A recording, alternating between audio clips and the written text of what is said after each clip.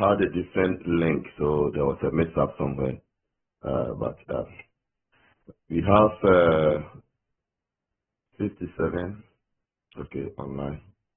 It's not too bad. All right. So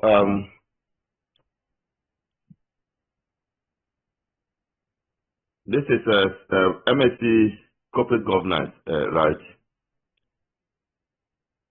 Yes, sir. Yes, sir. Yes, sir. So you have both Kumasi and Accra. Yes, sir. Okay, right. So we missed the first week, and so we're going to start today. Next week is midterm week, so we are going to have a class next week. There will be no midterm, so instead of the midterm, you have the class next week as well, and that will also be online, so that both Kumasi and Accra can join. So we do today and next week, and then we see what happens next week. If we have, I know we will be able to finish, but we have some case studies that we need to discuss. It means that we need to actually schedule one evening to be able to discuss the two case studies, which is very, very, very important. Two cases on strategy implementation under change management. So you have to do that one of the evenings. So when we finish next weekend, we will discuss to know when we can do that. All right. So this is strategic management, and this course is very important course because it has been integrated in almost all the master's programs that we do at the business school here. Almost everybody is doing it. You are doing it. We have MSc Marketing also offering the same course, MSc Procurement, MSc Logistics and Supply Chain, International Business. All MBA students are doing it. Business Consulting and Enterprise Risk Management, MSc Strategic Management and Leadership. Almost everybody, Hospitality and Tourism Management, they are all doing the same course, and I'm the only person who has been teaching. I'm trying to mentor some people to assist me, but unfortunately, all the people I try to mentor, they get there and then they run away to seek for greener pastures. Last year, I got 3 students that I mentored under me, and I got exchange program for them in Germany, 6 months, and come back. We even offered them PhD opportunities to assist while doing their PhD. As soon as they got there, they finished the exchange program and they have opportunities there, so none of them is coming. So I'm left alone, but I'll still persist to get somebody who is willing to stay in Ghana. They all want fast money, so they get to the level and they run away. So I'm the one teaching this course throughout, so it puts a lot of pressure on me all the time. That's why we couldn't meet last week, because I was also meeting the MBA students here in Kumasi. So I didn't get an opportunity to meet you. But notwithstanding that, we still do what we have to do. So the course is integrated in all our programs because of its importance or its strategic nature. I have been teaching this course in the past 16 years at all levels, both undergraduate and postgraduate, and both regular and distance learning in all the programs. So the course has been part of me.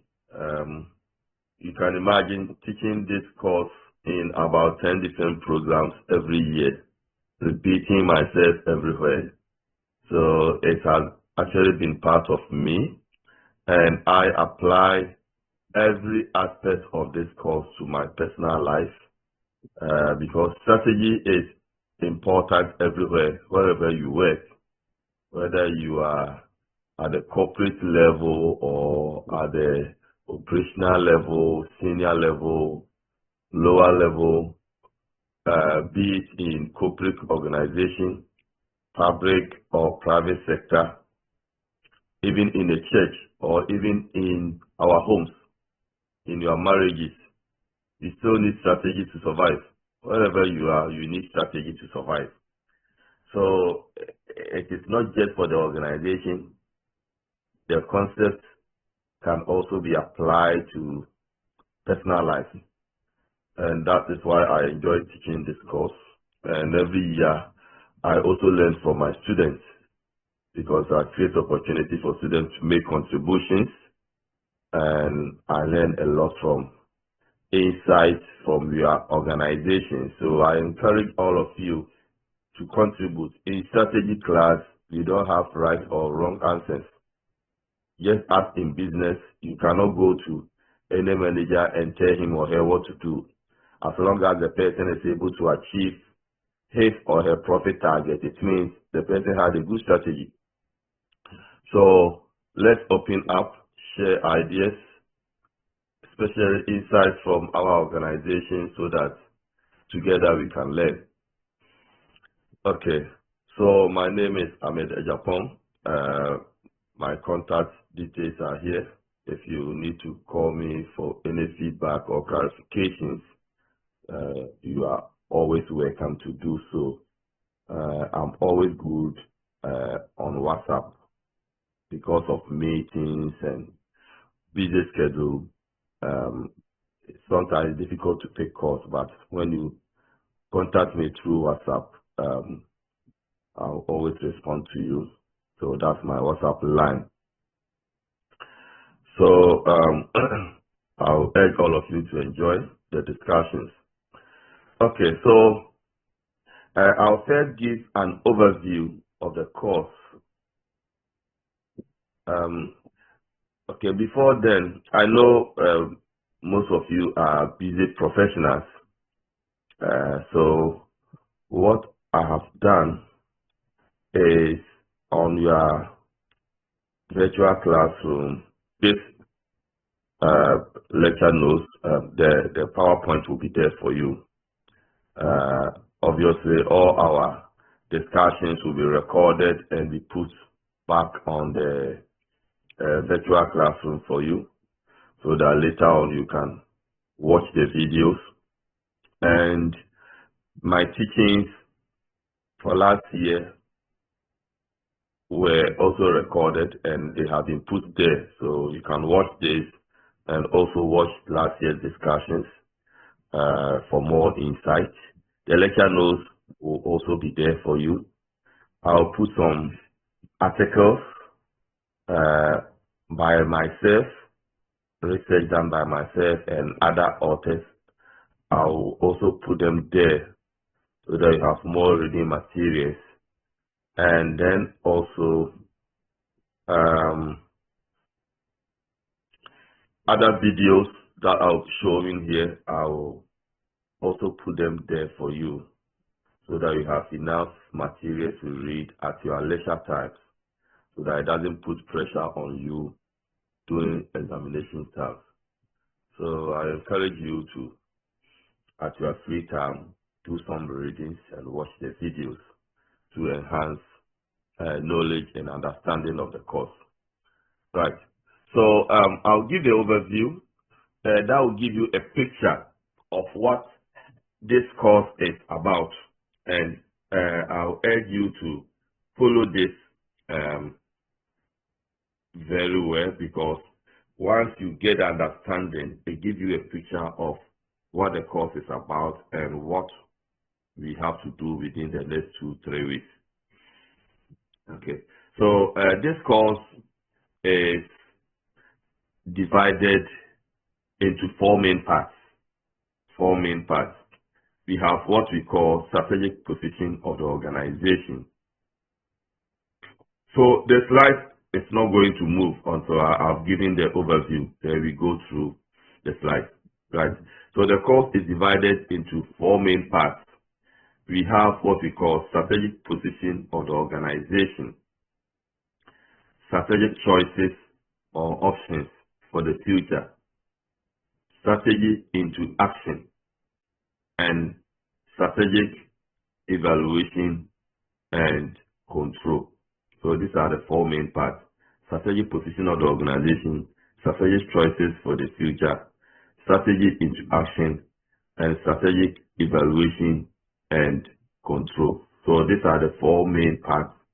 The first one, which is the strategic position of the organization, is made up of the external and internal environment of the organization. External and internal environment of the organization. Every business has its own external environment and its internal environment. Just like human beings, we have our outward appearance and our inward appearance, right? So when we move out, what happens outside, we cannot control them. But inside our homes, what happens, we have control. So the same thing applies to the organization. The business external environment and its internal environment. The external environment comes with opportunities and threats. So if you have a business, you are always looking for opportunities. Opportunities are out there within the external environment, but there are also threats.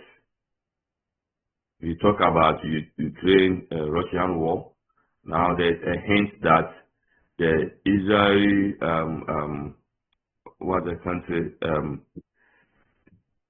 Israel-Iran war is going to create more problems for us, because it looks like Israel has hit the oil installation of Iran, and that is going to create shortage of crude oil, and that means that price may shot up and it may have implications on our country. So these are all external factors that you do not have control, because Ghana cannot go and tell Israel that they stop bombing because it will affect the price of our fuel.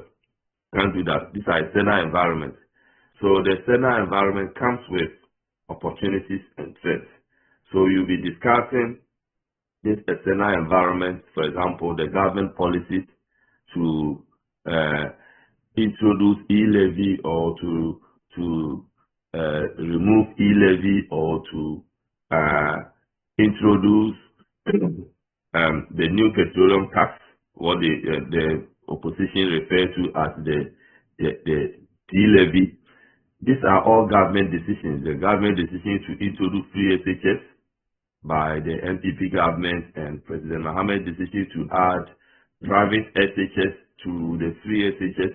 These are all government decisions that we have no control. So we call them uncontrollable factors. We can talk about economic factors, the inflation, the interest rate, the depreciation or appreciation of our national currency against the dollar. These are all economic issues. We talk about sociocultural factors, technology, the physical environment. These are all external factors. And as we discuss the external factors, we try to identify opportunities and threats that come with it. So the external factors may come with either opportunities or threats, or both. So we'll be looking at these external factors. But as we discuss, we try to identify opportunities, we try to identify the threats.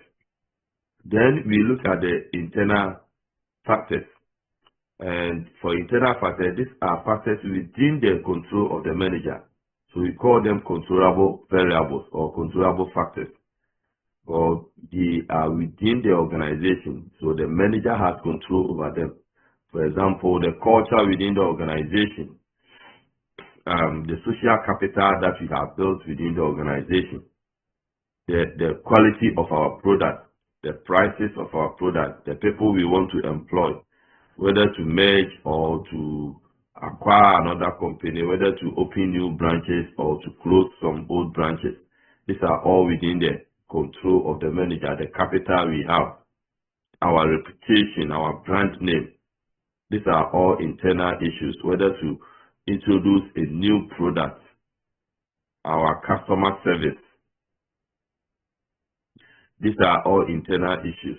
And as we go through the internal factors, we try to identify which of the factors are our weaknesses and which are our strengths.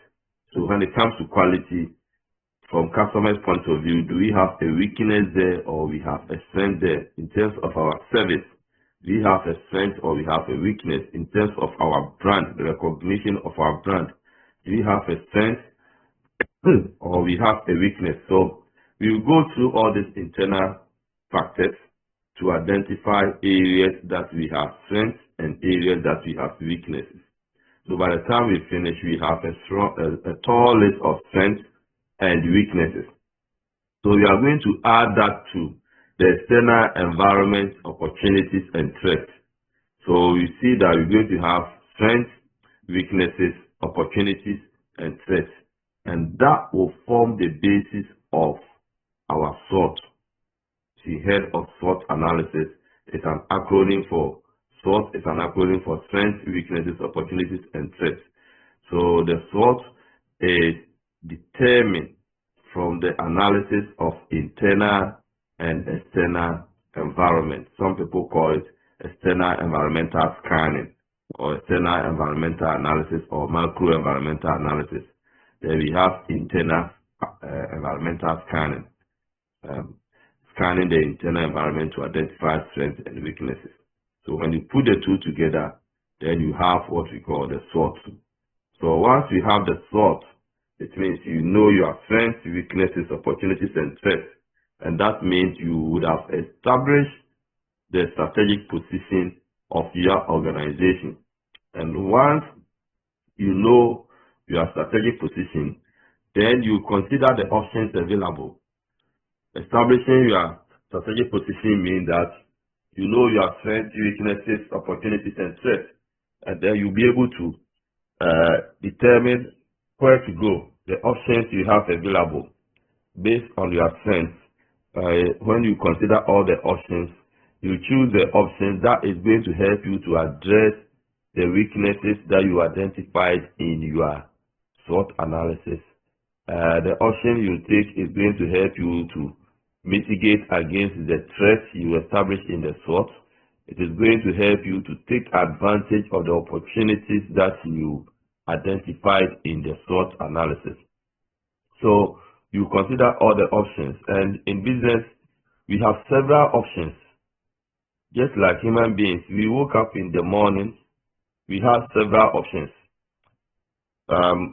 You could have gone to church or attend a funeral, Thanksgiving service, or birthday party, or a wedding.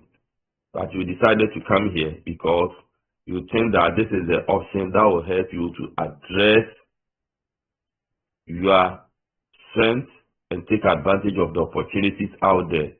You think that this is the option that will help you to achieve your vision. So the business is also exposed to several options. And at the business level, you consider whether you want to go for no frills strategies, low price strategies, you want to implement differentiation strategies, hybrid, focus strategies, you want to embark on diversification, backward integration, forward integration, international diversification, or you want to go into new product development, market penetration strategies, or you want to go into alliances or downsizing or merger or acquisition. These are all different options that the manager can take, but you cannot just take it like that. You need to ensure that the option that you take is going to help to address the issues you raise in your SWOT analysis. Whether that option is going to help you to address weaknesses you identified. Whether the option you want to implement is going to help you to address or take advantage of the opportunities that you identify in the external environment, or it is going to help you to address the threat that is posed by the external environment. So once you have considered the options, you choose the right option that can address issues in the SWOT, and then you move on to the strategy into action, which is the implementation stage of the strategy. So here you look at strategy and human resources, strategy and finance, strategy and marketing, and we look at change management, strategy and change management. The change is inevitable, and strategy is all about introducing and managing a change within the organization. Once you do the SWOT analysis, you are able to identify weaknesses and areas of opportunities. So you introduce a change, and that change is going to help you to address the weaknesses and help you to take advantage of the opportunities. So we look at change management issues, and over there is where we will consider some two case studies. We will look at Ghana Telecom. If you remember the then Ghana Telecom, which was taken over by Vodafone in 2008. The challenges Ghana Telecom had, and why they couldn't overcome their own challenges, and what made the government decide to sell Ghana Telecom. And when Vodafone came in, the challenges they had, the strategies they put in place to overcome those challenges, and whether those strategies they implemented that could have been done within the public sector at Ghana Telecom. So we look at all these change management issues and Ghana Telecom Vodafone relationship. And then we also look at a case study that I was personally involved, moving from classroom to online, as we are enjoying today, before COVID and after COVID. Before COVID, during COVID, and after COVID, how we came to where we are today, how we were able to transition from the classroom to online, the challenges we had, how we were able to overcome the challenges. We will discuss all those things under strategic change management. Then finally, we look at strategy evaluation and control. When you are implementing a strategy, you need to also evaluate whether the objectives that you put in place are being achieved. So we look at strategy evaluation and control. So this summarizes the course, give you a mental picture of what this course is all about. Okay, so before we start, can we have any questions? Any questions from anybody? Please feel free to ask any question for clarification or make contributions.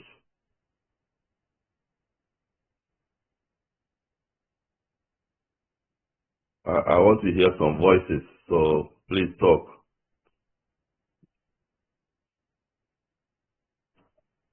Hello, sir. Hello, sit down. Yes, sir. So please, I want to ask a question. If maybe you are in an organization and you want to draw a strategy to make some changes, we've already spoke about the SWOT and also the SWOT. So aside that, because I had the opportunity to develop an international business consulting for a particular group of people. And when the results came out, I realized that my strategy side was low, even though we considered the SWOT analysis. So I don't know whether there is other things we need to look out for when developing our strategy for a company. Okay. So you realize that yours was low. Yes, please. Okay.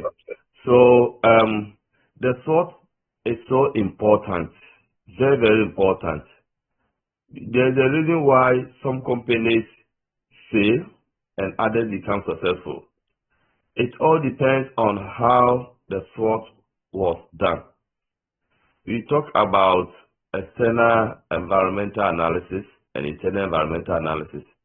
If it is not done well, if the external analysis is not done well, you will get results. If internal analysis is not done well, you will get results.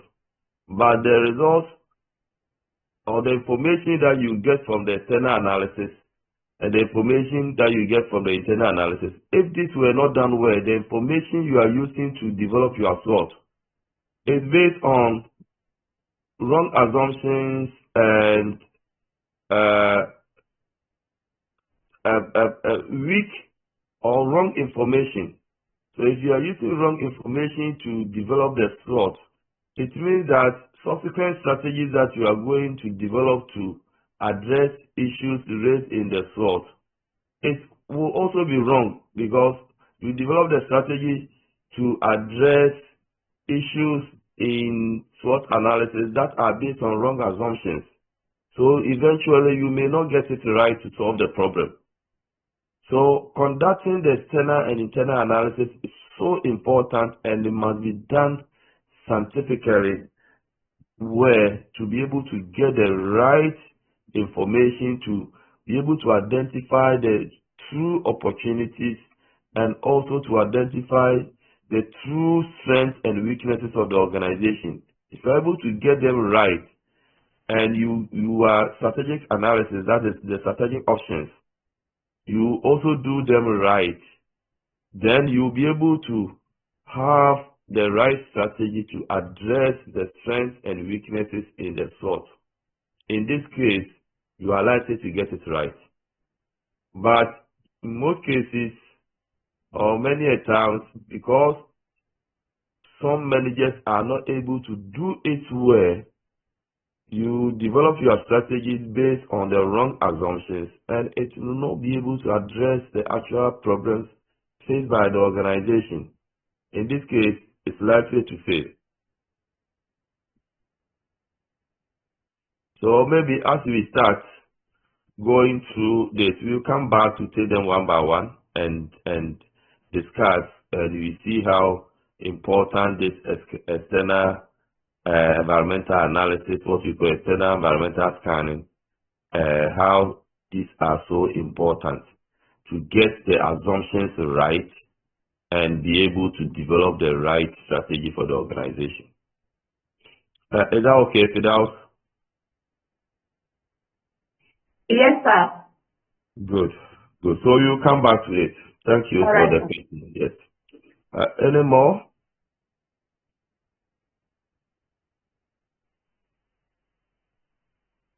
Okay. Then let's start with some few introduction.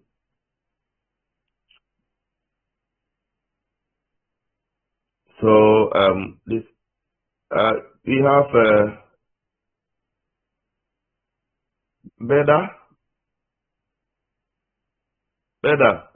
Yes, sir. Go ahead. Yes, sir. So, organizations that are monopolistic in nature, can we say by the reason of them being monopoly is a strength? Yes. Being a monopoly, it means that you don't have competitors. But Yes, would that be a strength? If you are a monopoly, you still need a strategy. You look at ECG. ECG is enjoying monopoly, right? yes, But they still need to go through all this because at the end of the day, even though they are not competing, you need to satisfy your customers. yes, And it means that you need to be able to perform all this, to identify your weaknesses, to make customers happy. Yes, sir. Yes, so enjoying monopoly doesn't mean you over-relax, and that is a problem we all have with ECG. They are enjoying monopoly. You see that maybe later on we discuss when we are discussing strategies. Yes, sir. ECG is enjoying monopoly, so when it comes to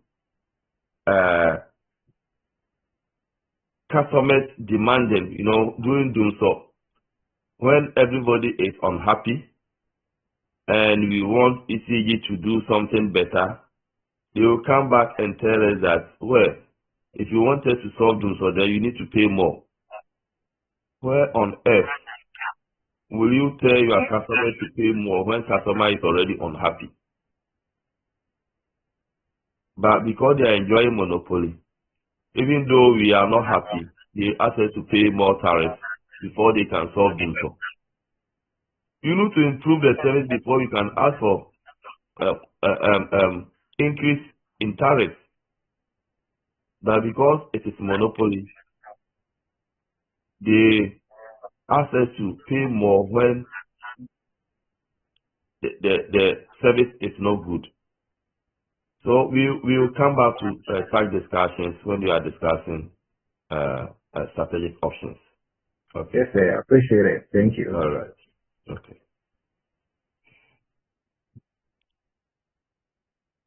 Right. So this is the course outline. I will leave this part so it will be on your virtual classroom. So I will give the evolution of the term strategy. I mentioned earlier on that strategy, it has now become a fanciful term. Everybody wants to use the term strategy. And that's why almost all the courses, they have this course at the core for everybody. But where did the term strategy come from? So to surprise you, the term strategy was first used by the Greek people, and it was used by the military, not the business world. The Greek military were so powerful. They were involved in a number of wars, fighting to protect their country against external invasion. And doing so, they had to have a strategy for their military.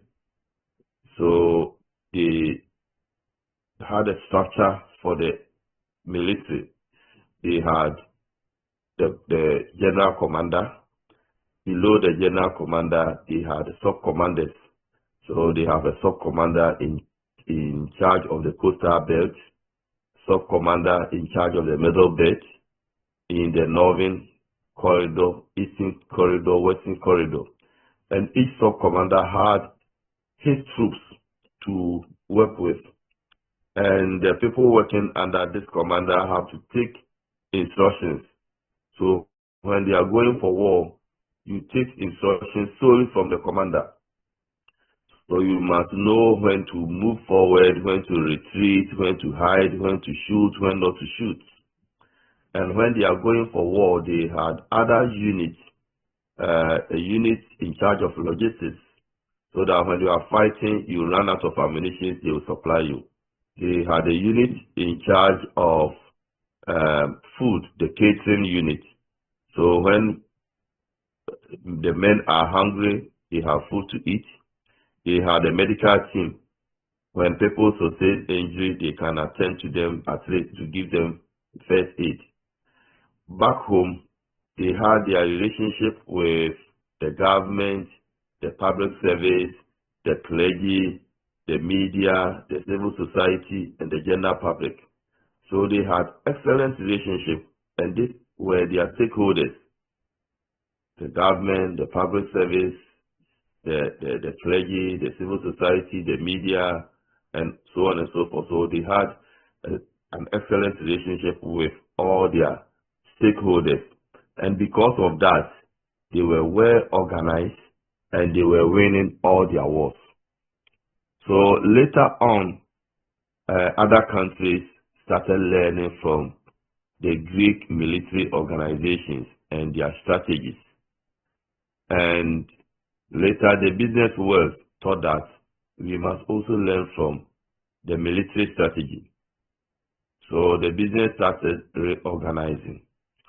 So in business, we also have our general commander. The general commander is the CEO or the MD. Below the CEO, we have sub-commanders. The sub-commanders are the director of HR, director of procurement, director of finance, director of marketing, and so on and so forth. Then each director has his or her own people to work with. So in business, it is the war of competition, the war of who takes the biggest market share or profit. So in business, it is not about the gun. It is about competition, it's about advertisement, it's about quality, it's about market share. And in business, you have sub-commanders, all the directors, each director has his or her own people to work with. And in business, we have our stakeholders. The stakeholders are our customers, employees, the community, the suppliers, the government, and so on, even the financial institutions. So business world adopted the term strategy, and now it has become a fanciful word. Everybody is using the term strategy. Even in the church, strategy is used. So that is the origin of the term strategy. We can look at the definition of the term strategy, and if you take the American Heritage Dictionary, they define strategy as the science and art of military command as applied to the overall planning and conduct of large-scale combat operations. We don't need this definition because this is from the military sense. So we need a business definition of the term strategy. I have provided about 2 or 3 different definitions in your material, but I'll show you my preferred definition and why. Having said that, you can define strategy simply as the game plan of an organization. The game plan of the organization. Excuse me.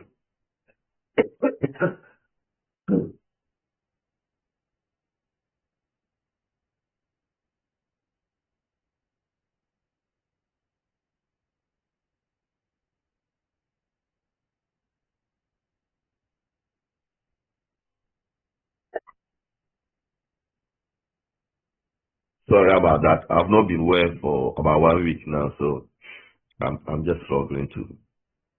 Okay, so you can define strategy simply as a game plan of the organization. Those football lovers, you see that the manager going to the field to play the opponent has his game plan. So if your game plan works, you win the match. So that game plan becomes the strategy for the organization. So you can define it simply as a game plan of the organization. But for academic definition, Schermerhorn defines strategy as a comprehensive plan that sets direction and guides the allocation of resources to achieve a long-term objectives.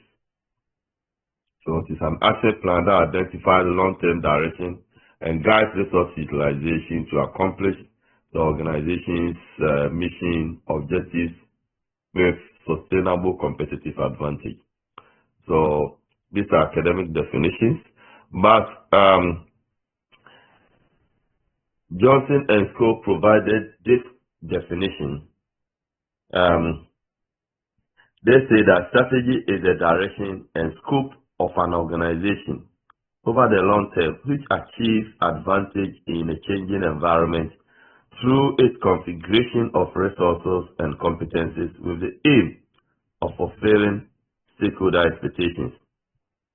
I like this particular definition not because it is too long, but because it brings out the key features of the term strategy. It brings out the key features of the term strategy.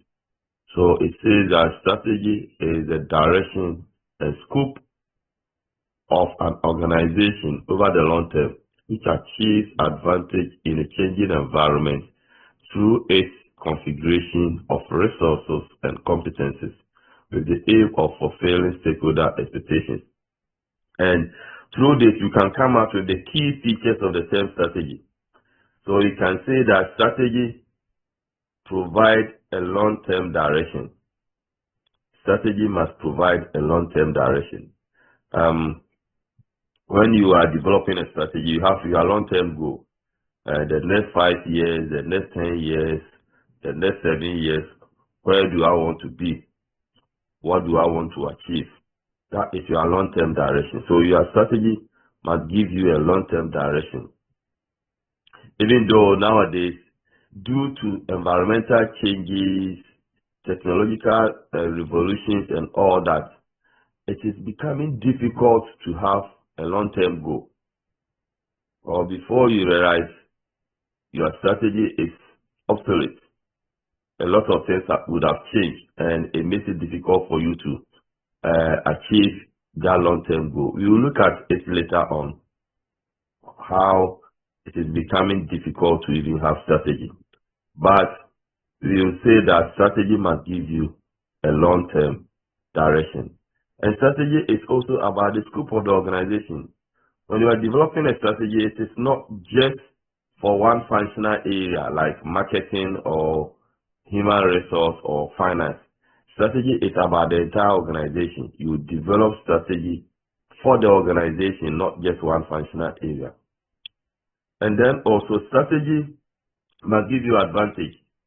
Why do you worry yourself doing all this environmental scanning, internal and external strategic analysis and what have you? Because you want to gain advantage over your competitors. You want to perform better in terms of service. You want to perform better in terms of quality.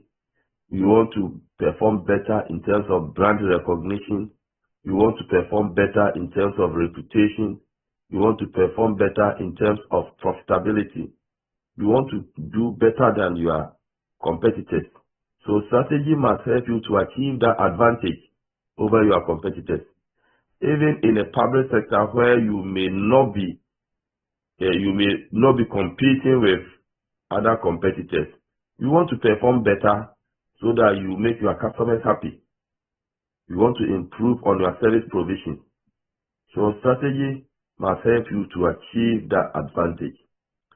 And then also strategy must help you to survive within changing environments. Business environment is changing due to changes in customer tastes and preferences. Business environment is changing due to technological advancements. Business environment is changing due to integration of AI in our operations.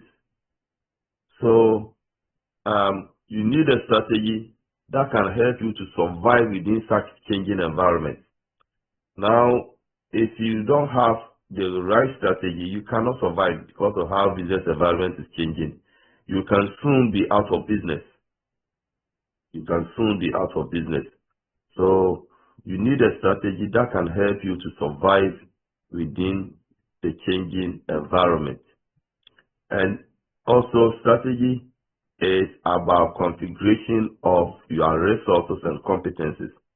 Every business has its own resources and competencies. But for you to gain advantage, for you to perform better, how these resources and competencies are used is so important. So configuration of your resources and competencies, utilization of the resources, how you manage the resources, employment and deployment of the resources is so important. So strategy must help you to be able to employ and deploy, configure, utilize your resources in a way that your competitors cannot imitate you, so that you can gain advantage. And finally, strategy is also about fulfilling the expectations of your stakeholders. Every business has stakeholders. So your stakeholders include your employees, your customers, your suppliers, the government, the community, the financial institutions. For you to achieve your profit objectives, you must meet the expectations of the stakeholders. If you don't meet the expectations, you cannot achieve your profit objectives. For example, if you don't care about your customers, they will not buy from you, and therefore you cannot meet your sales target, so you cannot make profit. If you don't meet the expectations of your employees, they will always be demonstrating against you. They will pretend to work. If you don't meet the expectations of your suppliers, they will not supply to you. You don't meet the expectations of the community, they will always demonstrate against you. If you fail to pay your taxes, meet your tax obligations to government, the VRA will come for you. So, the GRA will come for you.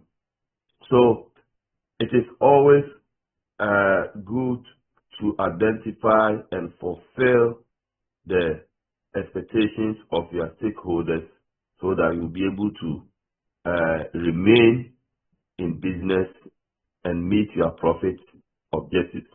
So these are the key features of this particular definition. That is why I particularly love this definition provided by Johnson et al. Okay, so that is the definition of the term strategy. Who made strategy? Who made strategy? Who are the strategy makers? The strategy makers are the three levels of the organization. That's corporate level, business level, and functional level. But the lead of the strategy is the CEO. He is in charge, he or she is in charge, but the person is supported by other senior officers from the corporate level, business level, and functional level, or product managers and heads of functional areas. They all support the CEO to make the strategy. The different levels of the organization are corporate, business, and functional. So if you take a company like Johnson Group, you see that the corporate level is the center headed by Dr. Sion Ejapon. He is the corporate head. You call him the chairman. So he is the chair of the corporate body. And below the corporate body, we have the business, the various businesses, what we call the SBUs, strategic business units. So the businesses are each of the companies under the conglomerate. So we have the Zoom Lion, we have AH Hotel, we have Metro TV, and we have Omnibitic Banks. These are various businesses or companies under the portfolio.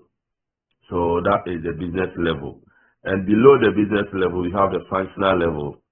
So the functional levels are the various functional areas, the HR unit, the marketing, the finance, procurement, each headed by directors. So we have director of finance, director of procurement, director of marketing, director of HR, director of IT, and so on and so forth. So that constitutes the various levels of the organization, and they come together to support the CEO in developing the strategy for the organization. So whatever you are doing, you need to think strategically as a manager, and even as individuals, you must think strategically. And there are 4 big strategic questions that we always ask. Where are we now? To think strategically, you must always ask this question: where are we now? That is, what is your current strategic situation, position in terms of strengths, weaknesses, opportunities, and threats? So it means that in practice, the strategic position or your SWOT, it is not done. Say, oh, I did my SWOT last year, I have finished, so I'm going to consider the options. It is ongoing exercise. It is ongoing exercise. Every day you are scanning the environment. Every day you are listening to the news. Every day you are watching the TV to know what is happening, the world event, and how it can impact on your country and how that can affect your business. So you cannot say, oh, I completed my SWOT analysis last week, so I am done. This week, even though last week, looking at the indicators, oil prices were going down. Internationally, crude oil prices were going down, and that was being translated into the crude oil prices in Ghana. And at the same time, the cedi was appreciating against the dollar. So together, it was bringing the crude prices down. So if you did your SWOT analysis last 2 weeks, you would have assumed that all prices are going down. But new event happens this weekend. Israel bombing Iran, and immediately the analysts say that it's going to affect the crude oil price because supply will go down, prices will go up, and that means that it may affect prices in Ghana. So having that in mind, you cannot say I've finished my SWOT analysis yesterday or last week. It is an ongoing exercise. You need to look at it. So every day you are scanning the environment, analyzing the environment, following the economic trends, following government policies and all that, so that you'll be able to make some revisions in your SWOT analysis.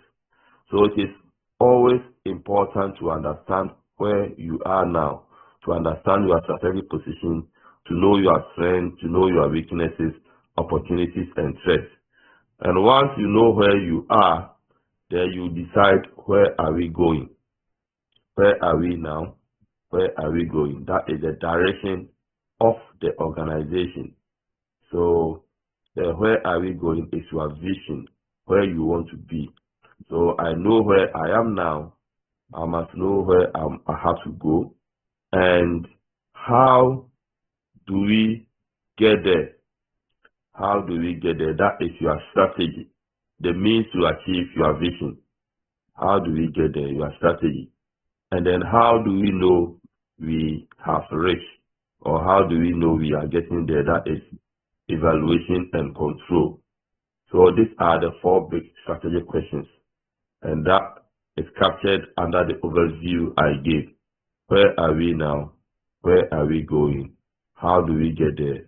And how do we know we have reached, or how do we know we are getting there? That is evaluation and control. So these are the 4 big strategic questions. Now, from the discussion so far, we asked ourselves, what is strategic management? What is strategic management? And again, I've provided 4 or 5 different definitions. Bowman and Ash, for example, say that strategic management is a process of making and implementing strategic decisions. It is about the process of strategic change. Fred David says that strategic management can be defined as the art and science of formulating, implementing, and evaluating cross-functional decisions that enable an organization to achieve its objectives. So the cross-functional decisions include the HR, marketing, finance, procurement, IT. These are the functional areas. So it is about it's art and science of formulating, implementing, and evaluating cross-functional decisions that enable the organization to achieve its objectives. Then we have that of Thompson and Strickland. They say that strategic management refers to the managerial process of forming a strategic vision, setting objectives, crafting a strategy, implementing and executing the strategy, and then over time, initiating whatever corrective adjustments in the vision, objectives, strategy, and execution as deemed appropriate. So that is Thompson and Strickland.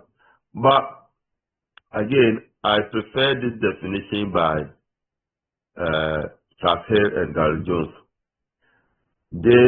Their definition summarizes the overview I gave earlier on.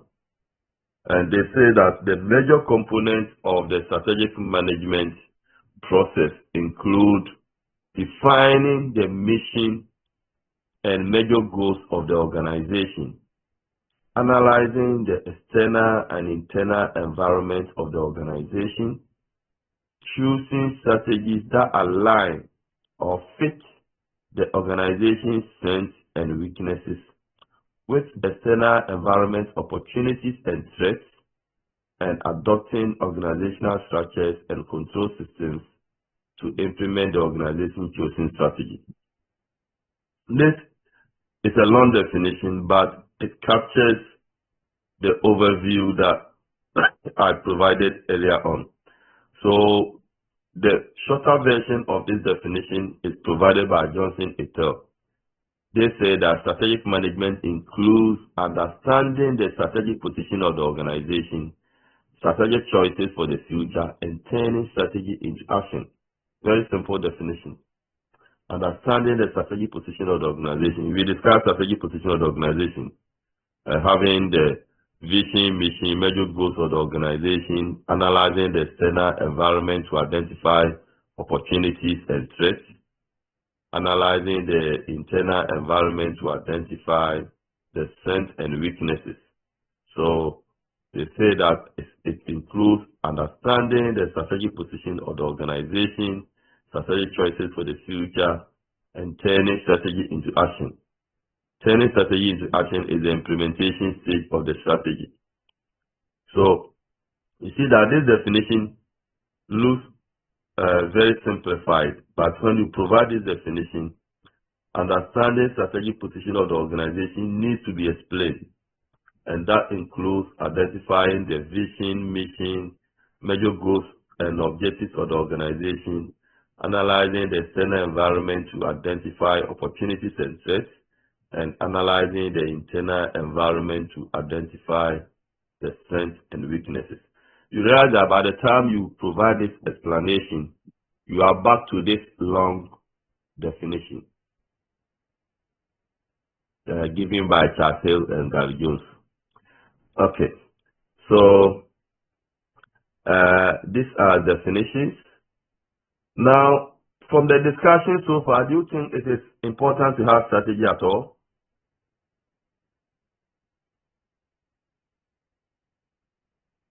Is it important to have strategy at all? Yes. Yes, very extremely important. Yes, Hmm.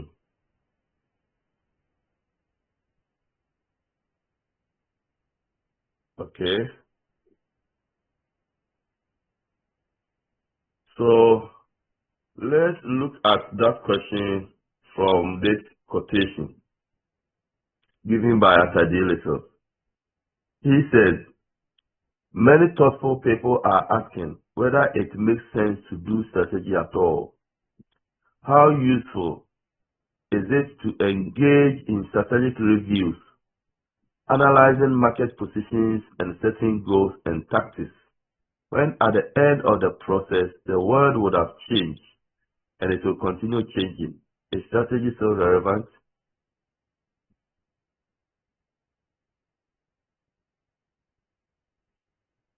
Well, this thought-provoking question. Support your answer with a sound argument.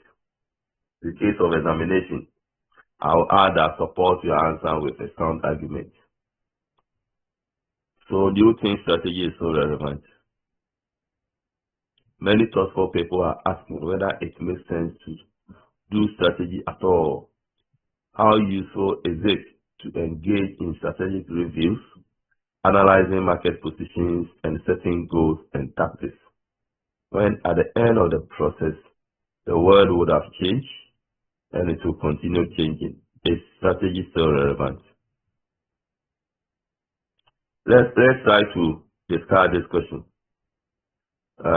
In case you have made this in your examination, how will you address it?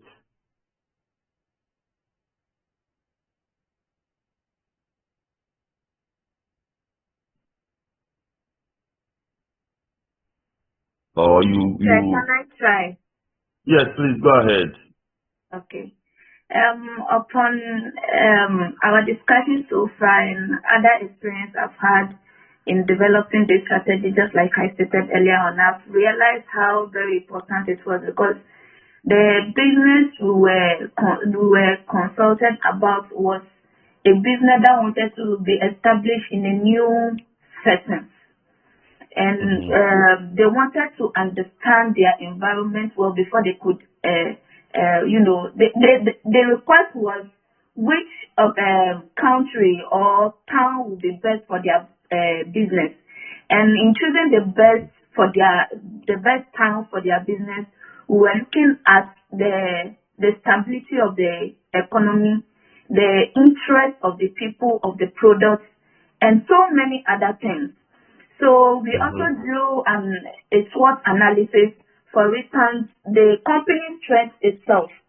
The strength, they didn't really have much competitors, but then people too are not so into using their natural resources to make clothing, shoes, and all of that. Imagine using a banana leaf and all of that to make shoes and bags.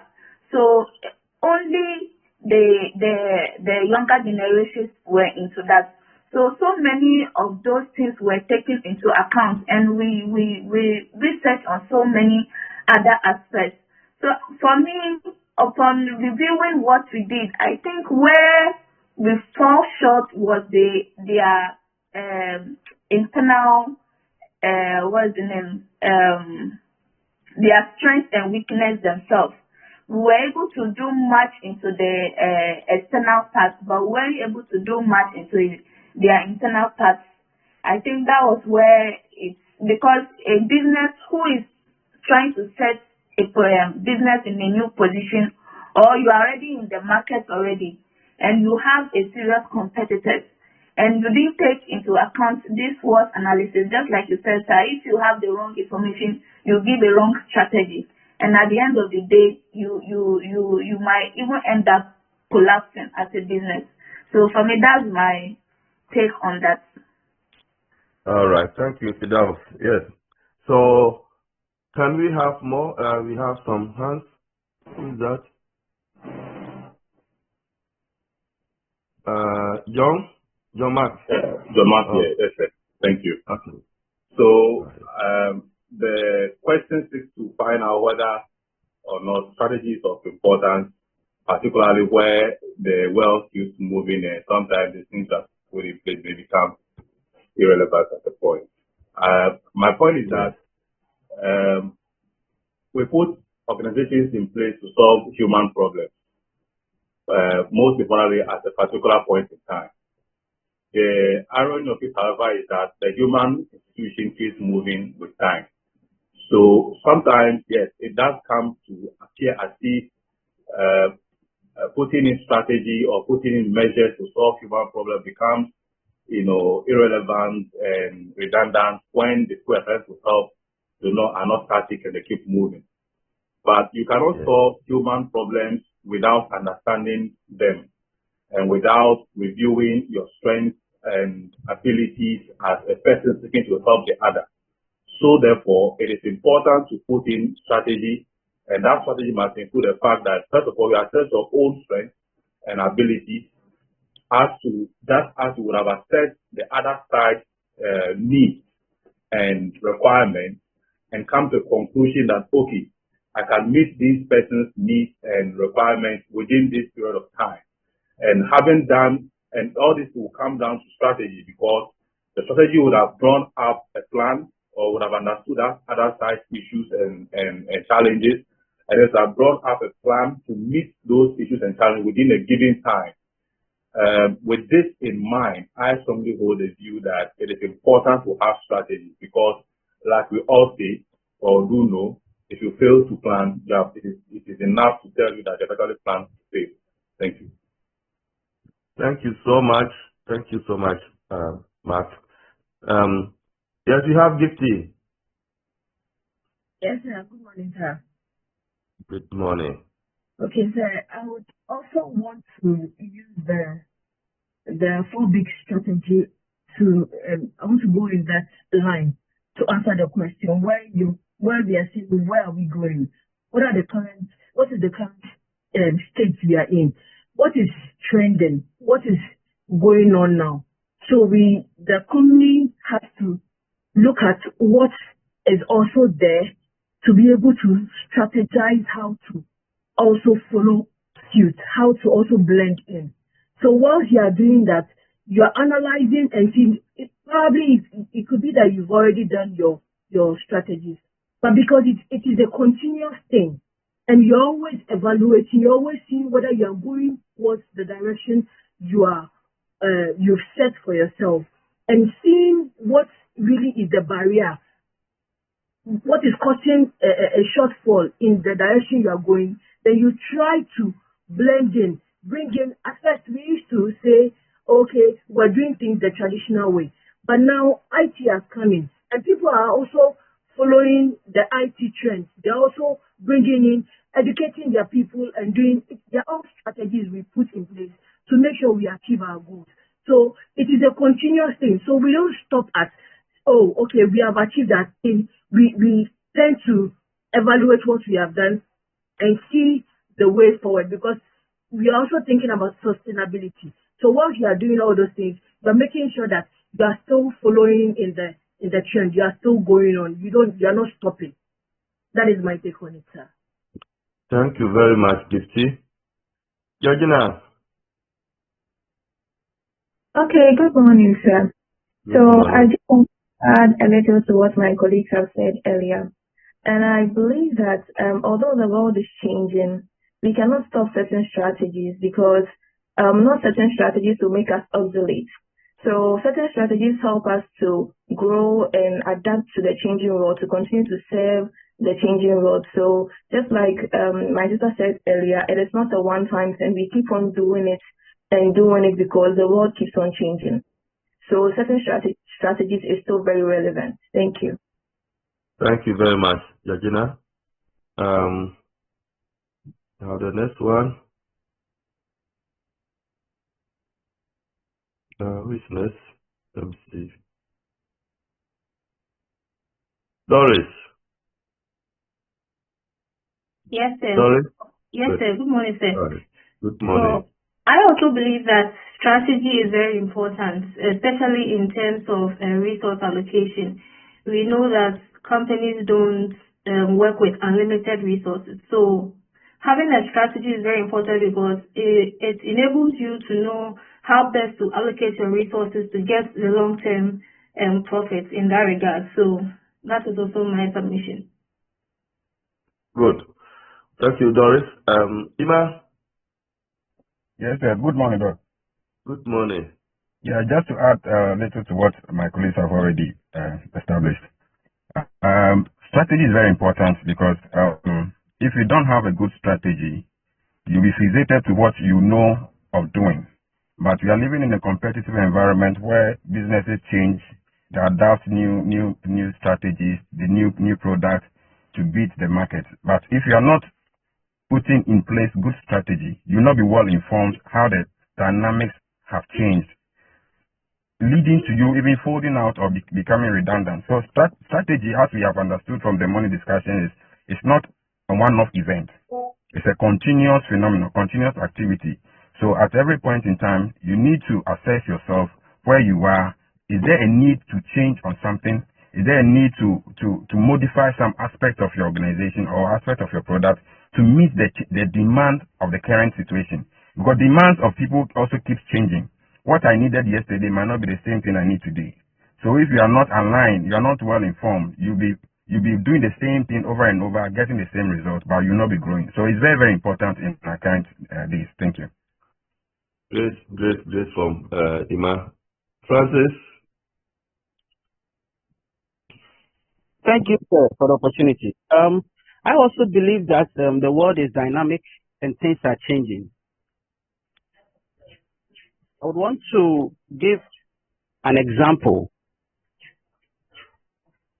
Hello?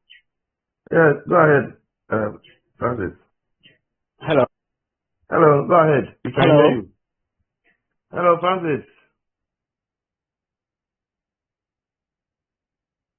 Francis, we can hear you. Go ahead. Okay, it looks like we've lost him. Andy. Yeah, good morning, Doc. Good morning. Doc, the reason why I think strategy is important is because business in itself is like a tidal wave. It goes up and down, and not necessarily because of just profit or loss, but about the consistency of the profitability. And for example, let's say you are selling some goods, and you have at that point in time you have the demand. It gets to a point in time the demand is more than supply. So you have to then find a strategy to increase the supply. Then it goes up and down. There are days where in providing or in getting a solution for the supply, the money or the resources that will be needed to be allocated to that supply or increase in supply will be too much. So some people can come up with a certain strategy that, okay, let's just increase our prices. In increasing our prices, it will kind of decrease the demand a little bit to meet our supply needs, yet increase profitability. That in itself is also a strategy. So I believe strategy is important, not just for like the macroeconomics or the bigger things, but then for the tiny little things to make sure we are allocating or we are making very, very good use of our resources, of being very efficient. Yes, thank you so much, Andy. We have Divine. Hi, folks. Good morning. Yeah, Good morning. so my contribution would be in the changing environment, it might be costly to do strategy, especially keeping revising and realizing that a lot of technological advancements are making your strategy irrelevant. But the other side is strategy helps provide direction. So it means that a changing environment, if you fail to do a strategy, a lot of things will change in an environment that you become irrelevant, in a sense that you need to always keep updated with the direction you want to go, the purpose you also want to achieve. It also influences your decisions. Whereas there's a product you are doing, but based on the current changing trends, you need to even change the product. So irrespective of the cost that might involve in changing a strategy, depending on the changing environment, it helps you to stay in business and also keep meeting the stakeholder expectations, as we realized in the definition earlier discussed. Thank you. Thank you very much. That was excellent. Cosmos.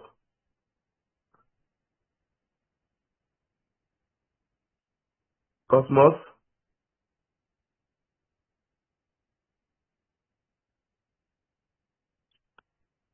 Cosmos, are you there? Okay, let's have Dennis.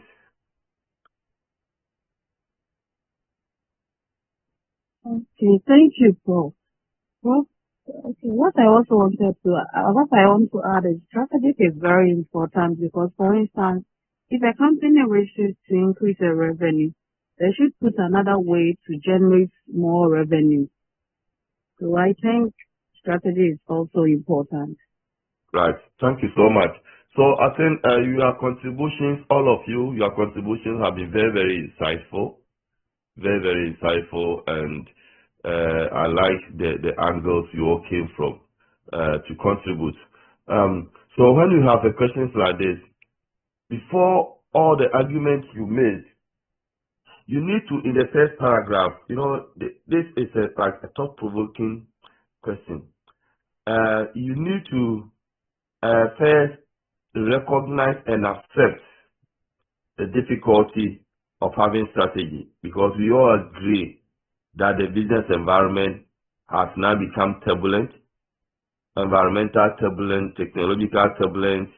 I do strategy research, and many of my research that I'm doing in recent times, I have what you call control variable, or I have a moderating variable called technological turbulence. How whatever strategy or relationship I am establishing, how changes in technology affect the performance of the business.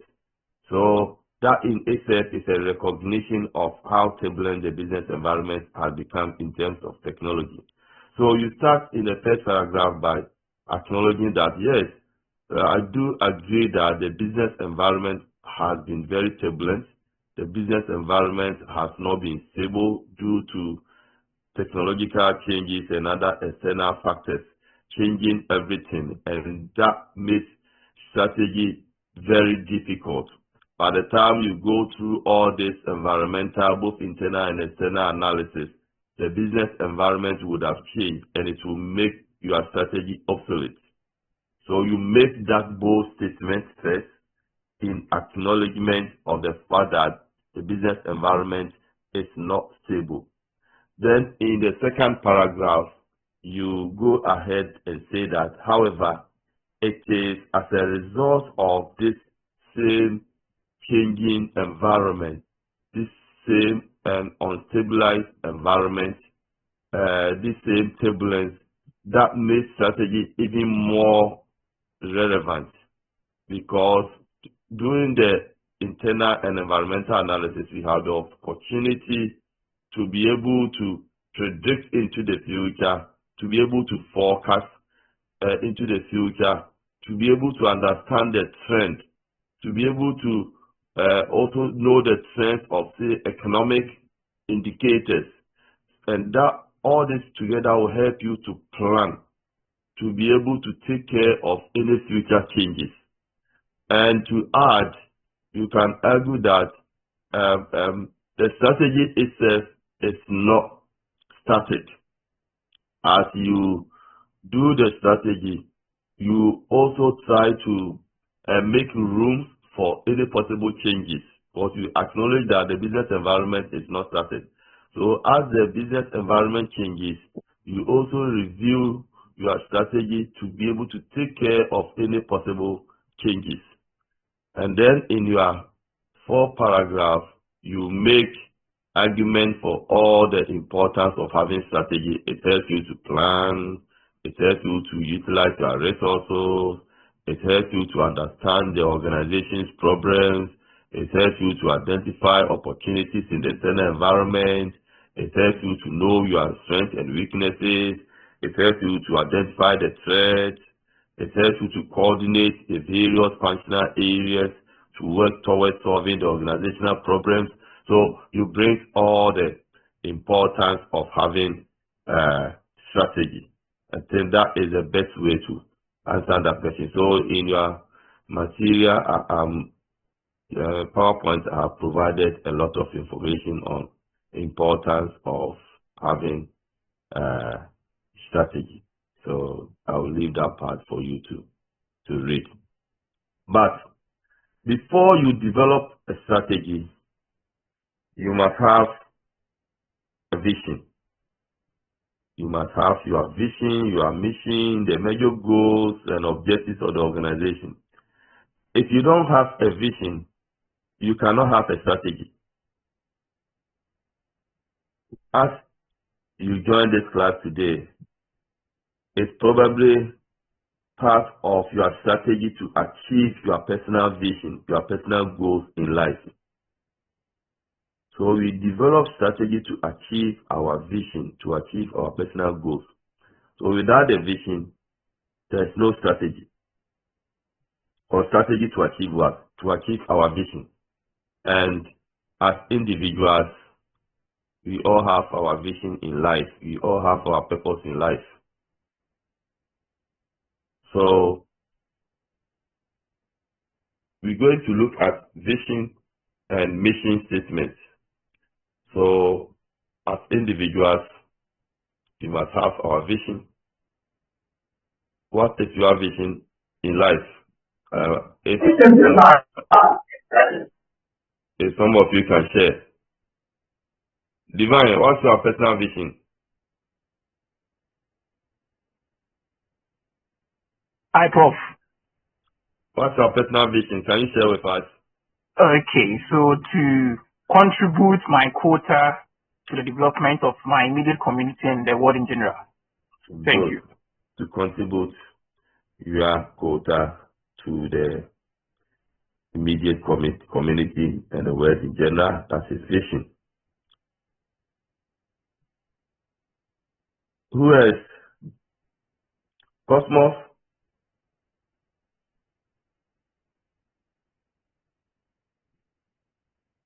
Hello there. What's your vision in life? My vision is to help the needy and the poor. Is to do what? To help the needy and the poor. To help the needy ones, those who need help. Yeah, and the poor. Okay. So what are you doing to achieve that? A little thing that I get, I share with them for now, and I advise them, motivate them to also get to a certain level of which they can be okay in life. Okay. Beatrice.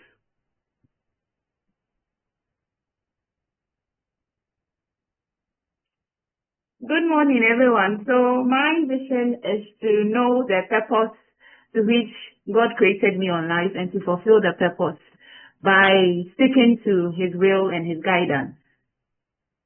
Good. Right. That is too biblical, right? All right. So, as individuals, we have our visions, and the vision is where you want to be. The vision is actually futuristic, where you want to be. The next 5 years, the next 10 years, where do you want to be? That is your vision. It's futuristic. So, my vision is to become a recognized professor in the field of strategic management. Become a recognized professor in the field of strategic management. It's not just to become a professor, because I've already achieved that. But I want to be recognized in the field of strategic management worldwide, not just in Ghana. If it's in Ghana, I would say I would have achieved it. But to be recognized worldwide. As we go through the slides, you see that I have been quoting other people. That's how they are being recognized here. You mentioned Fred Davis, you mentioned Strickland, you mentioned Johnson and Co. and all that. Yeah, I'm recognizing them here.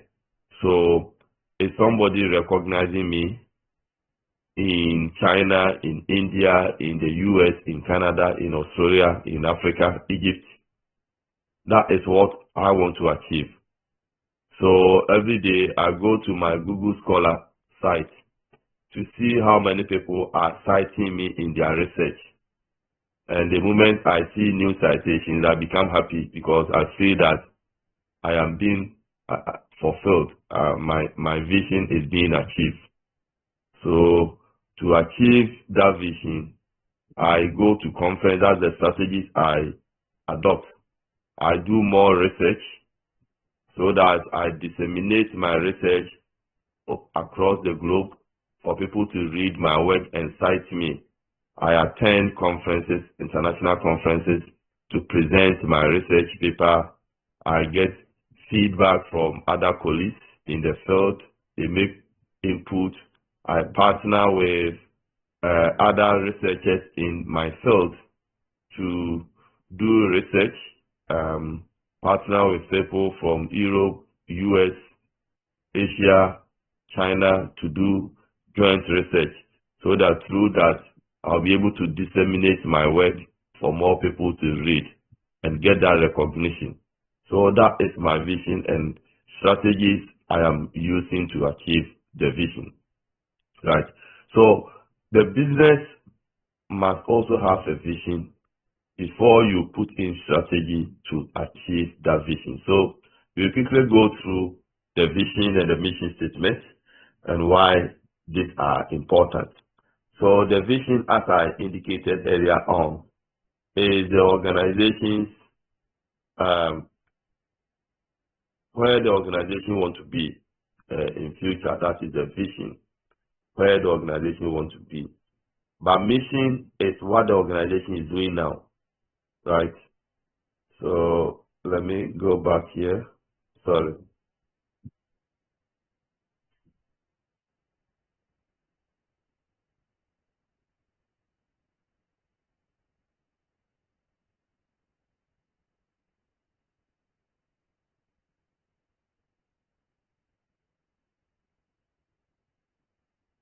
So we say that the mission statement deals with present. That is what business the organization is operating in. But vision statement talks about the future. That is where the organization wishes to be. So the vision is futuristic.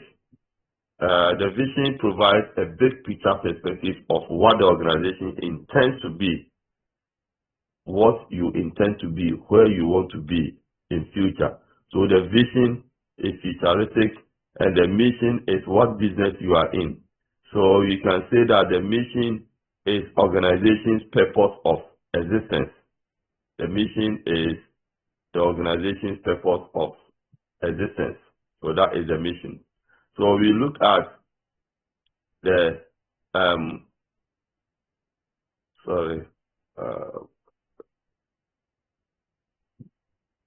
the components of a good mission statement. When you are developing your mission statement, what must go into it? So we say that a good mission statement should include most of these essential elements. So your mission must talk about your customer, who are the firm's customers, products or services. What are the firm's products or services? What are you producing? It must talk about your market, geographically, where do you compete? And is the firm technologically current? Concern for survival, growth, and profitability. Is the firm committed to financial soundness and growth? You see that you read KNUST mission statement, it will not cover this particular one because we are not profit motive organization.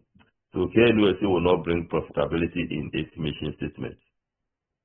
Okay, but the private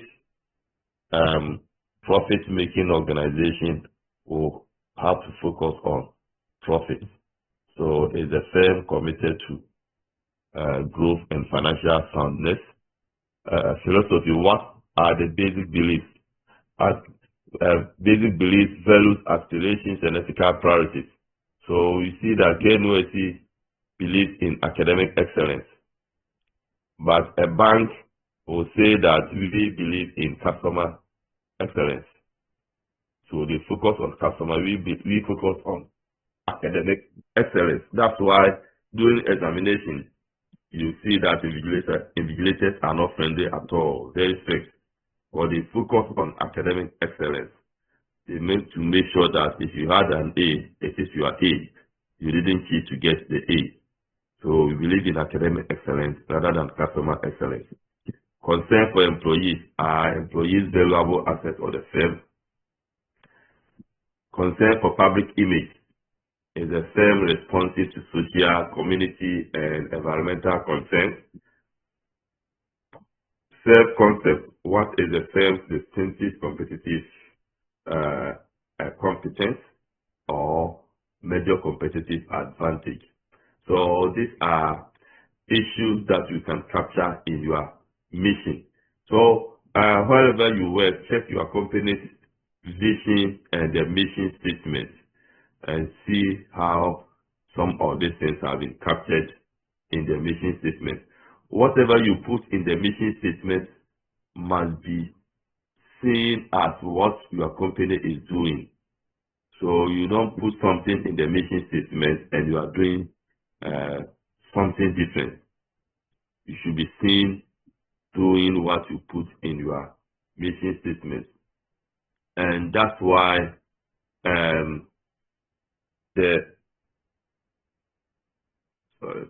That's why top management are in charge of developing the mission so that they ensure that what is put in there is what is actually happening on the ground. And we talk about the need to change the mission statement. It is not static. So as the circumstances of the business is changing, the mission statement must also change to reflect what is happening on the ground. The importance of the mission statement is almost the same as the importance of the strategy itself. It helps companies to have focus and direction. It helps companies to effectively utilize their resources. Mission helps them to be more ethical in their conduct of business. If you say that you focus on quality, customers must feel the quality. They must experience the quality. Now, who drafts the mission statements? The top management, led by the CEO and other functional managers, come together to draft the mission statement. When they have drafted the mission statement, they submit it to the board.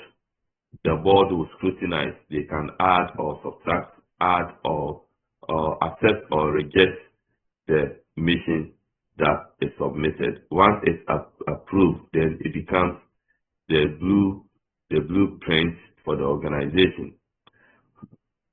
The need to change the mission statement.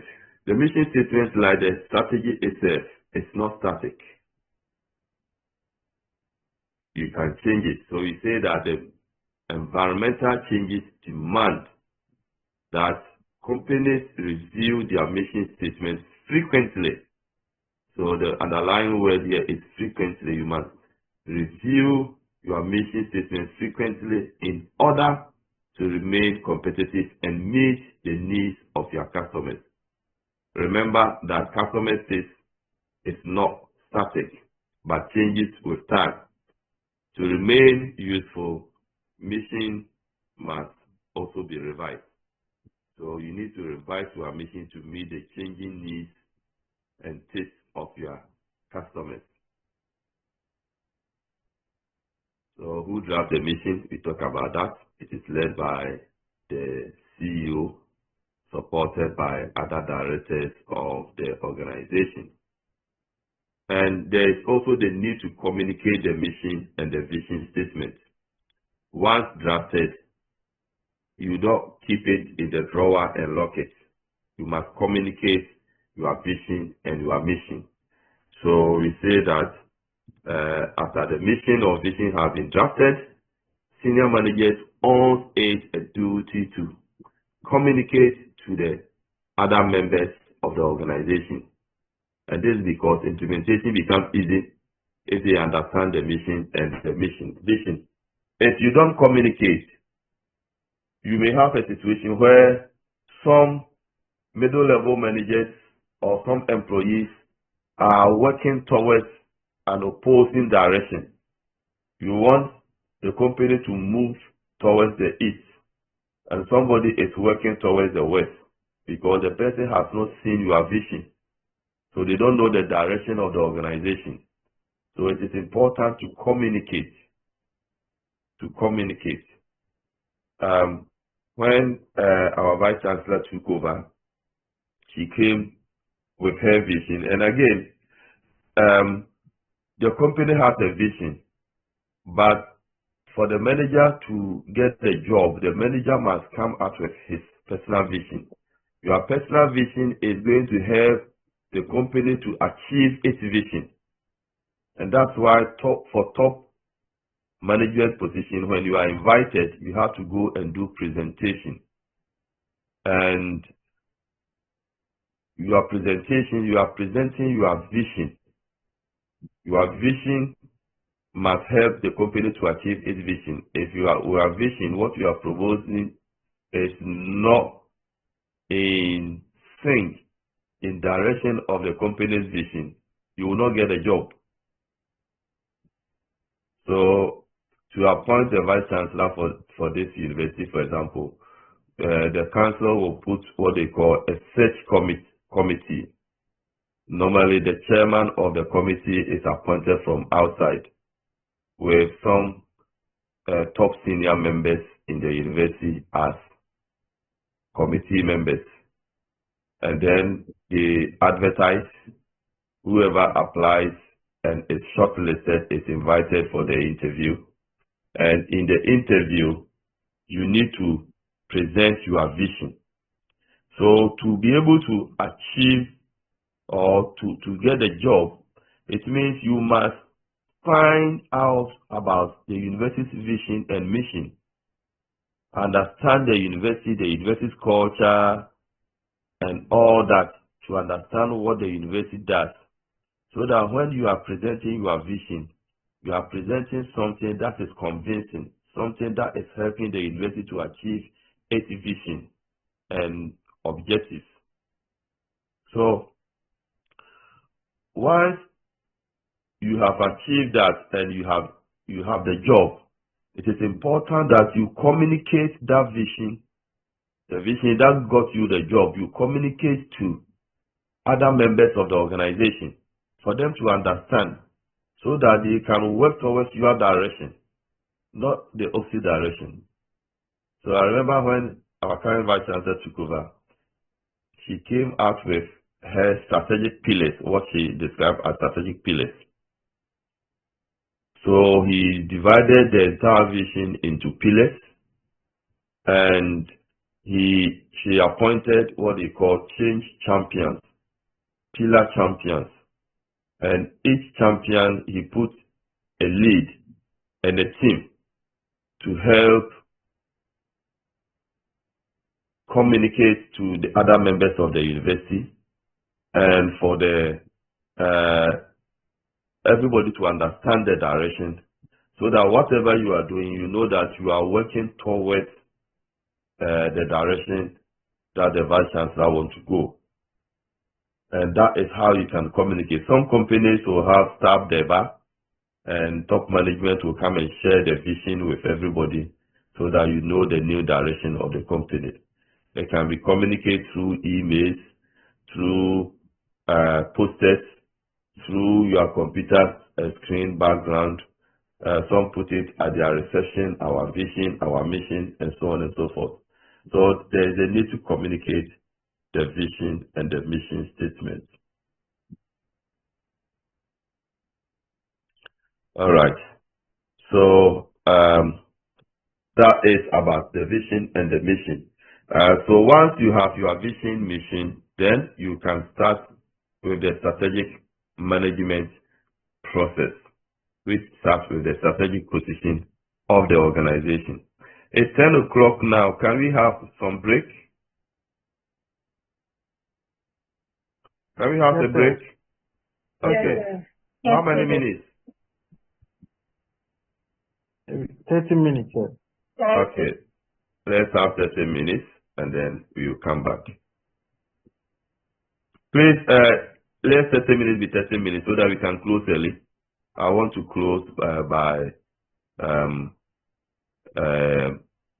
maximum by 12 o'clock. We should close. So let's have 30 minutes. Then we come back to do 1.5 hours, and then we can close for the day. Yes, sir. Okay. Thank you, sir. Thank you, sir. Right.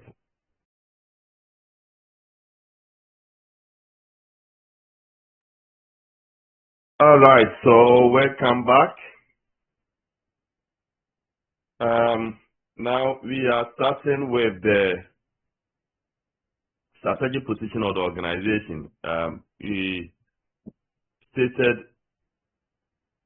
early on that the strategic management process is divided into 4 main parts. We have the strategic position of the organization, strategic choices for the future, strategy into action, and strategy evaluation and control. So we are starting with the strategic position of the organization. And the strategic position of the organization is made up of the internal and external environmental analysis, as I mentioned earlier on. So we call this external, internal and external environmental scanning. One of the models that has been used for this analysis is what we call the Cgsl framework, Cgsl. Some people call Cgsl, others call it Cgsl. Some people call it SLEP analysis, WhatsApp analysis, and what have you. But there is an acronym for political, economic, social, cultural, technology, legal, and the physical environment of the organization. This constitutes the external environment.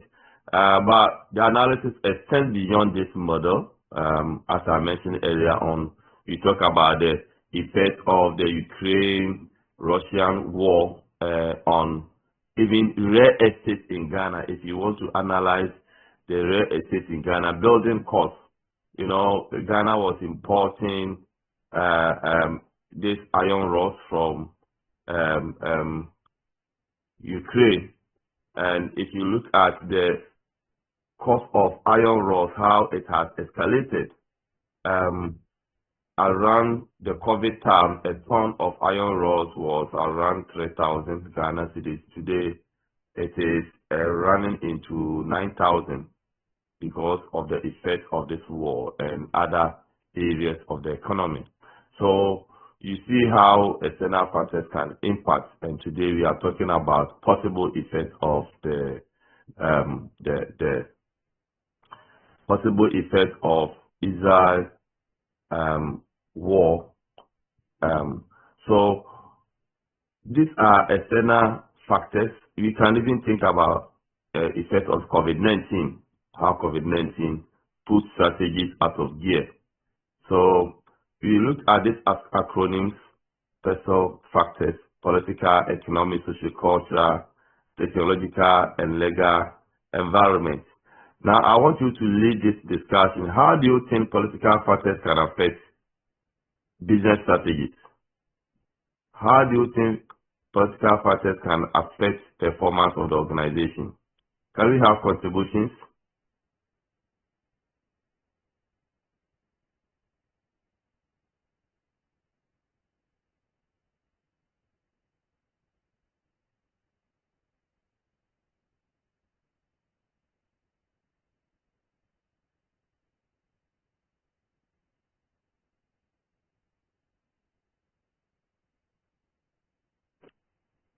Yeah, hello, Doc. Yes, please go ahead. One political factor could be maybe certain policies, maybe the politicians may bring into act. For example, let's say you are into the importation of engines or oil-based cars or crude oil-based cars, like the petrol cars and the diesel cars and whatnot. And there's a policy that maybe in the next 5 years, Ghana will no longer be importing those things. If you are into that business, it's going to negatively affect you by huge margin. The same way to if you are also into that same business, but then they also say, oh, from the next 5 years, we won't ban the importation of fuel-based cars. However, there are going to be certain incentives such as carbon credits for people who also invest into EV cars or electric or EV solutions. People will then also tend to go towards that one, so we can impact the business. Excellent, excellent. So the government policy on importation of cars, at a point there was a policy to ban overage vehicles or to impose more taxes on overage vehicles. What is the implication? The shift towards EV vehicles. The government can say that, okay, you can import non-EV vehicles, all right, but it must be brand new. No importation of second-hand cars if it's not EV vehicle. That has implication on importers of vehicles, especially second-hand vehicles. It also has implication for spare parts dealers. The government decision to open up auto car manufacturing companies in Ghana. In some countries, once the car makers have agreed to come to Ghana to start production or manufacturing of vehicles. Then they also put pressure on government that if we are coming to manufacture in your country, then you must stop or you must put a ban on importation of used cars so that they don't compete. So they become government policy. What will be the implication for importers of vehicles? And if we are not importing second-hand vehicles, what will be the implication for those into spare parts, second-hand spare parts? It means that if you are into second-hand spare parts, you need to re-strategize. You need to re-look at your business and find a way of surviving, probably going into manufacturing of components, manufacturing of parts to supply to this car production company. So it has several ripple down effects when such decisions are taken. Now the emphasis is on sustainability, and therefore must go into vehicles, and what will be the effect on those importing the second-hand vehicles and all that. So thank you very much indeed for that contribution. So you see that, okay, we have Hannah. Hannah, can you take? Yes, sir. Thank you very much. How political factors can also affect certain organizational decisions. For instance, here, especially in our public sector, since the change of government, some sectors are yet to have their board set up, which have affected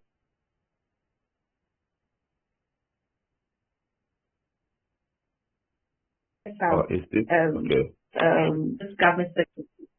So that's how I think the political factor affects organizations. Good. Thank you, Hannah. Let's take John. All right. Thank you, sir. So I was also looking at it from the perspective of waste management. I think over the past 4 or 8 years, the Zoom Lion company has been in charge of the management of some aspect of our waste.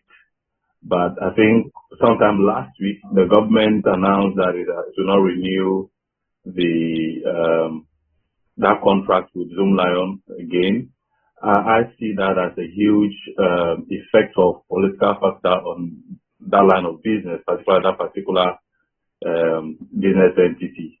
And so if you ask me how this political factor can affect strategy, I see this as a clear example, assuming without admitting that the company thinks that, or had been thinking that, oh, having done this for 8 years has had track record, there's that possibility that it will be the leading provider of such services to a government institution. And so may have invested much in improving their workforce and work quality here and there.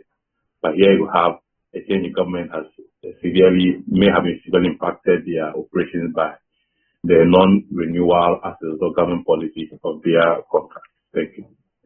Yes. Thank you. So you see that the implication of such decision, Zoom Lion might have probably invested heavily in equipment throughout the country to facilitate waste management, and the government take that decision not to renew the contract. What happens to those equipment? And as a manager, it's a government decision. You need to find a way of making use of such equipment. The government intends to actually decentralize it to regional and even district levels, so that individuals can participate, private businesses can participate. So whilst this has become probably a threat to Zoom Lion, it is also going to create opportunities for some individuals and some small businesses to participate in the waste management at the district and the regional levels. So that may be opportunities for new companies to come in to take advantage of such opportunities. So the government policies come with both opportunities and threats. And let's see how this happens, how Zoom Lion will be able to manage its relationship with probably the government, and how it will also make use of the equipment that is likely to be redundant. This may come as a blow to Zoom Lion.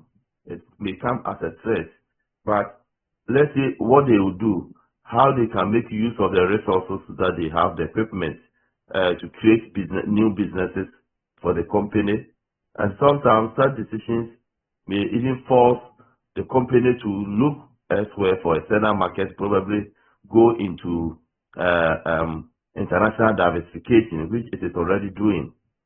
Somewhere last year, it successfully opened a new plant in Nigeria. Nigeria is a huge market, so diversifying into Nigerian market may be a solution to the current challenges it is going to face in Ghana. Probably redirecting its resources and equipment to Nigerian markets and other markets. But yes, let's listen to Eleanor.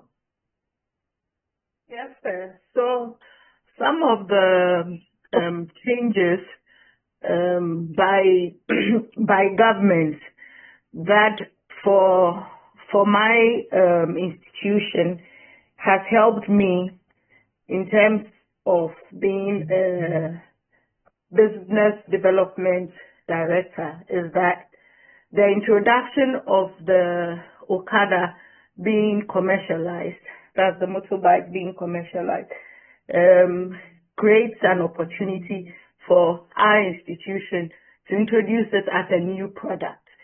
So that's it. That's my question. So you are into production, right? No. So we are into microfinance and SME finance. Okay. So you finance the Okada drivers or? Yes. So we give equipment on hire purchase, but we've never given motorcycles as on hire purchase. But with the new government initiative, we are introducing it to add on to our product. Yes. So for you, that becomes an opportunity to be exploited. Thank you very much. And let's take Ima. Yes, sir. I also want to suggest that, yes, government policies or political activities affect strategy in the sense that, for example, some few years ago, Cgsl became the talk of town for students because the previous administration would want to pay the student allowance on Cgsl cards. So most financial institutions' strategic focus changed to procuring infrastructure that will produce Cgsl cards for students. So advantage was taken on this, and then we started issuing Cgsl cards for students. Just recently, change of government, that phenomenon has changed. Now the new system is that students will be paid through bank accounts. So you realize that though the challenges that we're facing in issuing Cgsl, most financial institutions try or started procuring advanced tech infrastructure to be able to procure these cards. However, with the change of government and the change of directive, that means that that side of procuring technology, advanced technology to produce the card will not be effective. But if a business has already entered into an agreement or a contract with the tech companies to procure these items, it becomes a cost to the business. On the other side, having the payments through bank accounts also afford the financial institution the opportunity to leverage on existing infrastructure for account opening to open accounts for these students which will come at a lesser cost. So both ways, yes, it's changing the direction. You are losing some, but you also afford the opportunity to also maximize the account opening for these students. So definitely, political activities, no matter what happens, affect business strategy because you are living in a political setting. So the activities and the policies and the strategy of the administration will definitely impact on your strategy as a business. Thank you. Thank you so much, Emmanuel. So you see, it creates threat. It can come as a threat on one side and also creates opportunities from the other side of it. Thank you. Cosmos.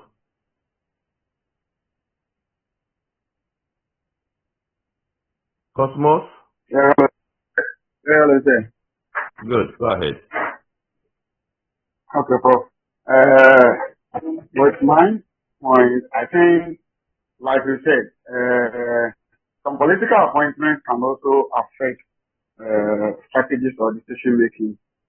With a typical example of the current situation at the health ministry. The person who is managing the health ministry is not possessing the technical knowledge to manage the affairs properly. And due to that, some of the decisions he is implementing or taking are affecting the stakeholders within the health ministry. Typical example is the nurses issue that they are going around with. So I think some of the political appointments can also affect strategies in our environment. Thank you, sir. All right. Thank you, Cosmos. So the point you are making here is that the political decisions can create both opportunities and threats. But as individuals or as organizations, you cannot do much about it.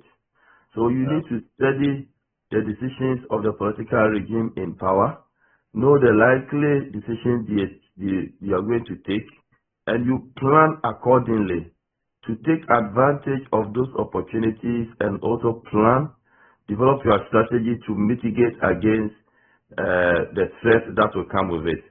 So the government decision to introduce or cancel e-levy, the government decision to introduce the D-levy, the government decision to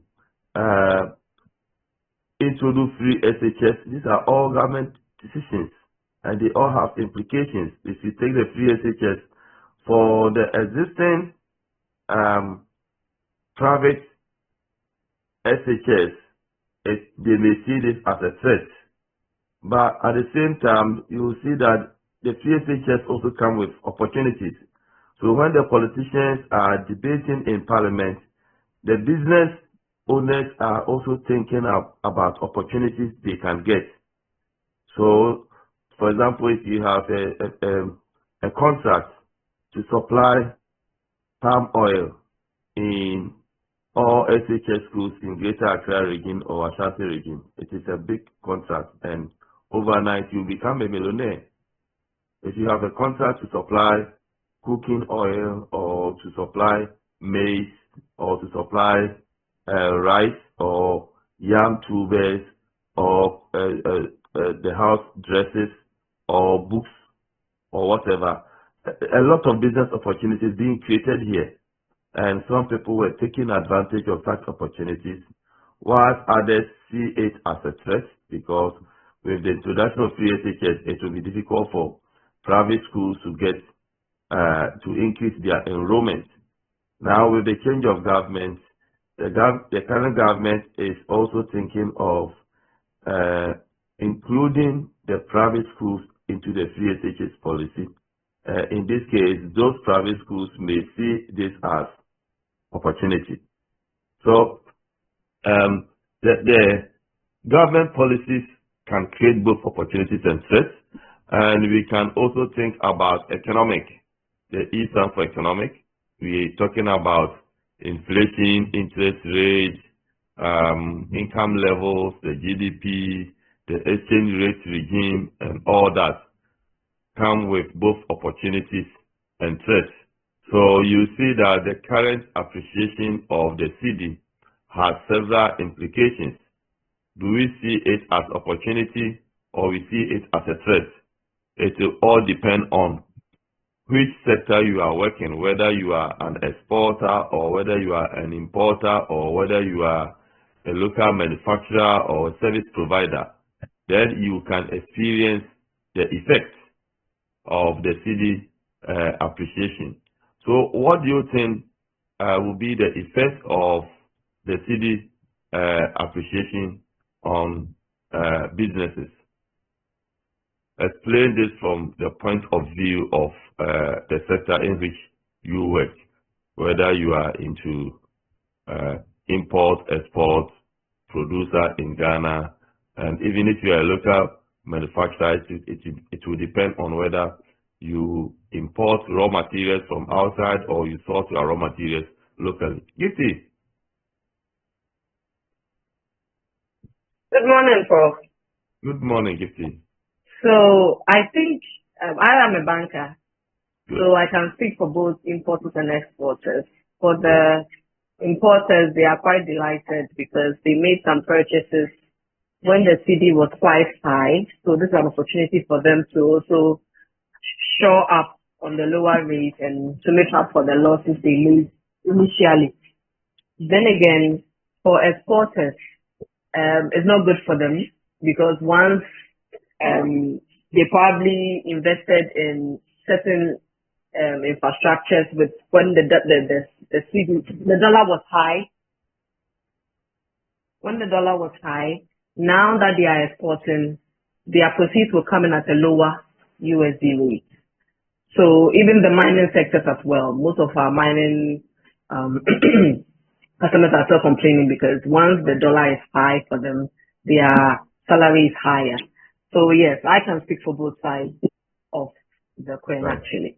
Thank you very much, Gifty. Cosmos? Hello, Prof. Cosmos, go ahead.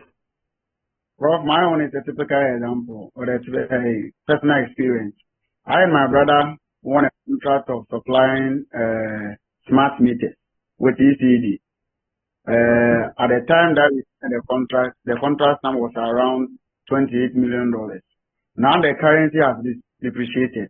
If we are to be paid in dollars, it means we will lose a lot of money or, a big decline in our production or the earnings or the gains that we are going to get. So with this thing, the company is going to suffer a lot. So the current CD and the currency depreciation, that is what I can also say about. Have you already supplied the meters? You supplied the meters already, and we are to pay in dollars, and we are waiting for our payment. Okay, so I now understand the effect. If you are now going to supply, then it will not affect you. But if you have supplied already before the CD appreciation, then you are likely to lose. So you see the implications and how they need to plan and strategize. All right, thank you so much. Yes, please go ahead. I just wanted to add to what you Yes. said. I posted a chat where they would have set the CD or the USD.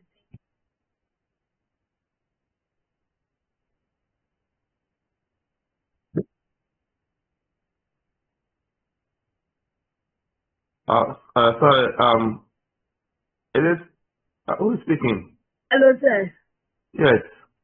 Sorry, I was saying concerning what the I think was it Cosmos? He was talking about the meter supply. I was saying, was there a contract signed such that It seems you are far from the microphone, so if you can get closer so that we can hear you.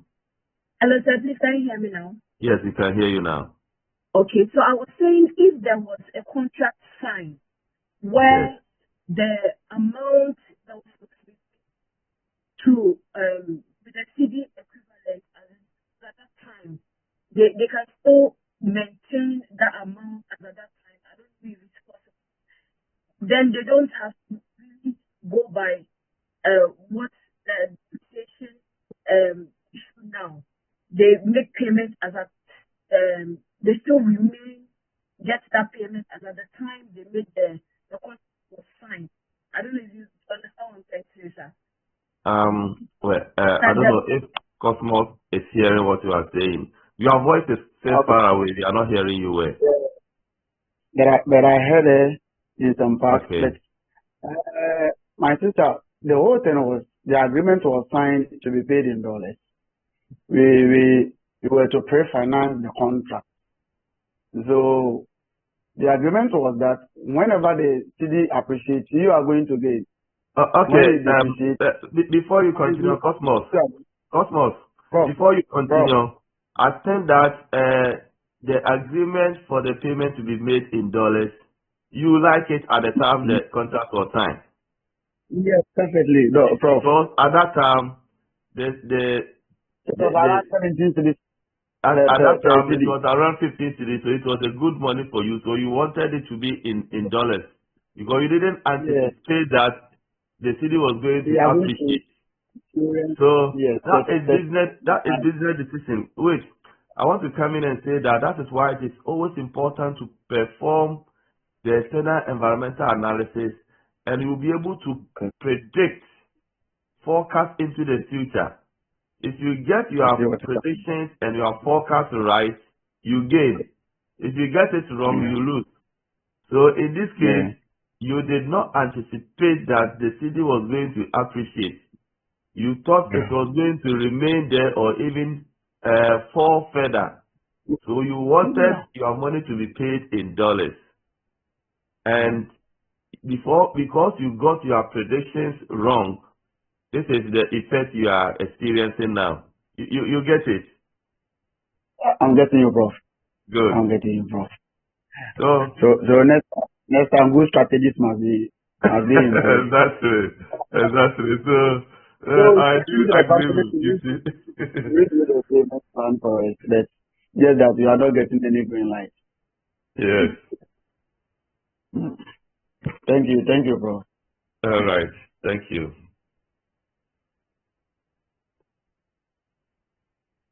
So it is important to have this external analysis very well. I know many people, so many people were even saving in dollars or keeping dollars because they never anticipated that this was going to happen. And even the government itself is also going to suffer. Sorry. If you look at cocoa price, the world cocoa price was going up and the cedi was depreciating. Sorry. I've had some cough for about 4 days now. The world cocoa price was going up and the cedi was also depreciating because cocoa is paid in dollars. So it was easy for the government to promise that, oh, we will increase cocoa price. Now, it's gone into the farmers, so they expect the government to increase the cocoa price significantly. And now, the cedi has appreciated. It means that if we even sell the cocoa, the dollars we get, you change it in cedis, you're going to get less cedis. Yet we have made a promise to the cocoa farmers, so we have to increase it. And that will be the headache for the government. Even though the world price has increased, if you look at the appreciation of the cedi, if the government is coming out with a new price now, the government is going to struggle to increase it significantly. And they may not meet the expectations of the farmers. So the government too is going to face that challenge.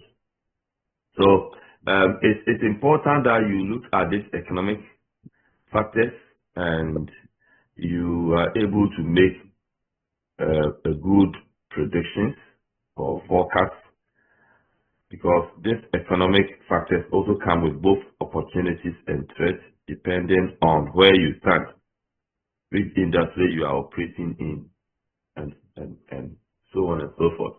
Then you also look at sociocultural factors. How do the sociocultural factors affect businesses?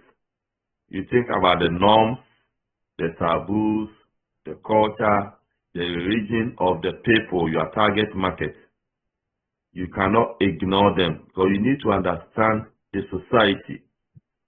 Even what to produce, the quality, the quantity reflects the sociocultural background of the people. Okay, so it's important that you understand the culture of the people before you target them with certain products or service. And apart from the culture and the taboos, the do's and don'ts, it's also important you understand the tastes and preferences of your target customers. Now, people have become conscious of what we eat. The sugar content, the cholesterol content, the fat content. Now, you must take into consideration. Maybe in the past, we all like sugar. Now, people are cutting down their sugar intake. People are cutting down their salt intake. So, whatever you are producing, you must also think about the tastes and preferences of your customers. Our lifestyle has changed. Now people are interested in going to the gym. In the past, it was more men going to the gym to build their muscles. Now more ladies are going to the gym to slim down. What we wear is changing. Look at ladies' hairstyle, the kind of hair product they want today.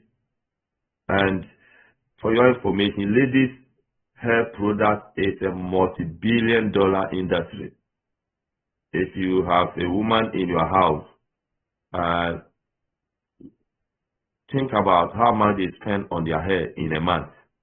Multiply by the number of women in the world. You see that ladies' hair product is a multi-billion industry. And the hair products, because the hairstyle keep changing, the hair product must also keep changing. So if you are into such industry, you need to be able to monitor the changing lifestyle and the hairstyle of the ladies to be able to produce what they want.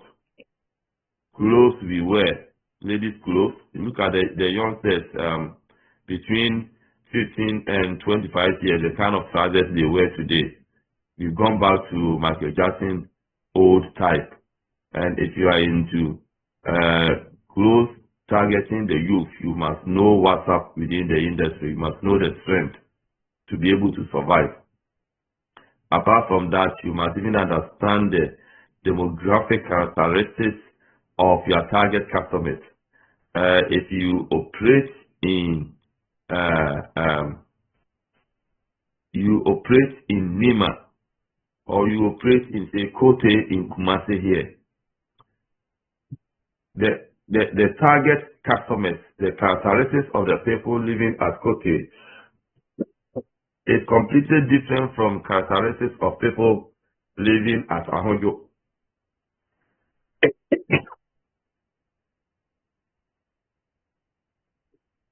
If you take a typical house in Kote, Old Town, you are going to find one house, you are going to find about 4 or 5 different households within the house. The households consist of the father, the mother, and the number of children. And you may have about 4 different households within the same house. You go to a place like Ahonjo, you may have 1 household per house. Okay, so the characteristics of the households at Kote and characteristics of households in Ahonjo are not the same.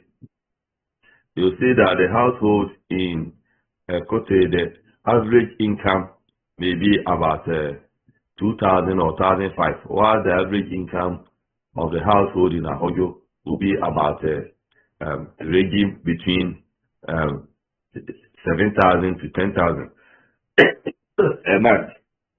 So you see that the household incomes are different, and therefore the kind of products they are likely to buy must also be different. The number of people per household in Kote may be about 8 or 10. Compared to Ahonjo, it may be about 4 or 5 averagely. And coupled with their income, the product that they may buy may be different. The kind of clothes they may wear may be different. So it depends on where you are targeting. You need to understand this characteristics so that you know the kind of product that you have to use to target such a market. So apart from that, you must also look at technology. And I want to come back to you. How is technology changing business? How is technology affecting the way you work? before I come in. Let us hear from you. How is technology affecting your strategy, your performance, and the way you do things? Bridget, Okay, Prof. So, something like the Ghanaian movie industry, for instance, technology has affected it now because prior they used to do their movies and then they'll put it on CDs and then you buy it and watch. Now they do the movies and then they put it on YouTube or they do like a cinema premiere. So because of technology, the CDs have gone out of industry. Yes. So that's one example. Yes. So one of the industries that have been destroyed is the movie industry. Now you don't find movies now. They have short videos, spreading it over the social media, TikTok, people watching it, and they get royalties out of it. So that's how the industry has been affected significantly. Now you don't see Ghanaian movies anymore. Yes, any more contributions on this through technology? Yes. Yes, I'm Musa Abu. In the food industry, gone are the days where I would have to go and queue to buy food, or I have to appear at the restaurant myself to order the food. But due to technology, online reservations are made and the food is delivered to my doorstep. I'm able to select the kind of food that I want in the comfort of my home. So that's one example I'd like to contribute. Yes.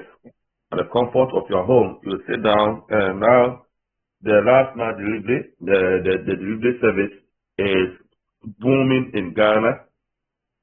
So if you are into restaurants and you think that you expect customers to come and eat, and you are not incorporating these emerging technologies for you to be able to do delivery service, you are going to lose this.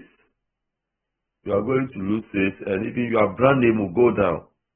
So, because due to technology, people are buying online now. It's so comfortable sitting with your family in the house, and you order the food. It will come and knock at your door and give it to you. So, it's many people wouldn't go out to eat, not because they don't have money, but driving through the traffic and all that, you want to avoid it. So, let me order and it will be delivered. So that is the trend now. All right, thank you, Mr. Yes,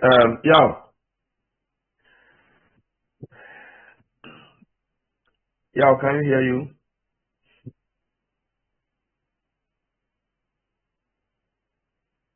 Hello, Yao. Nyaku. Okay, can we listen to Georgina? Okay, so technology has helped my organization. I work with Ghana Revenue Authority, and now we have gone cashless, so we don't take cash in the offices anymore. And also, very soon we'll be moving to 100% paperless. And also, in addition to that, people can now sit in their comfort of their homes and their offices and pay their taxes without having to visit the office. Yes. So I think that's how technology has impacted the organization. Yes, yes. So, yes, even GRA. So it means that the companies must also be technologically compliant to be able to facilitate this payment and all that. Yes. Kofi?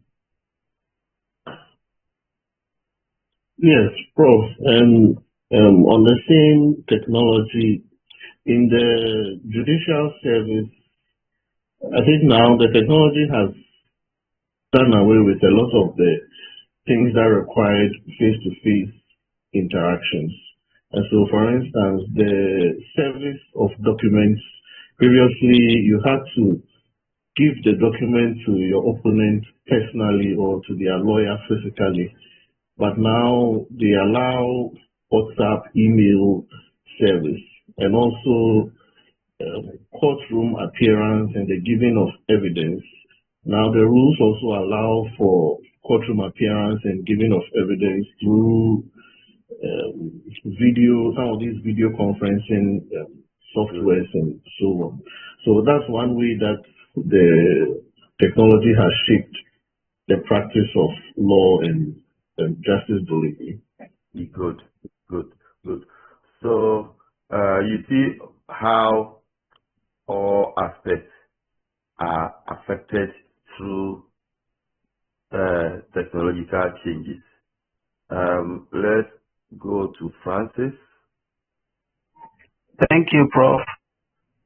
Mine has to do with those of us within the pharmaceutical industry. Good. We used to find it very difficult to even track our sales where you are managing tons of retail outlets.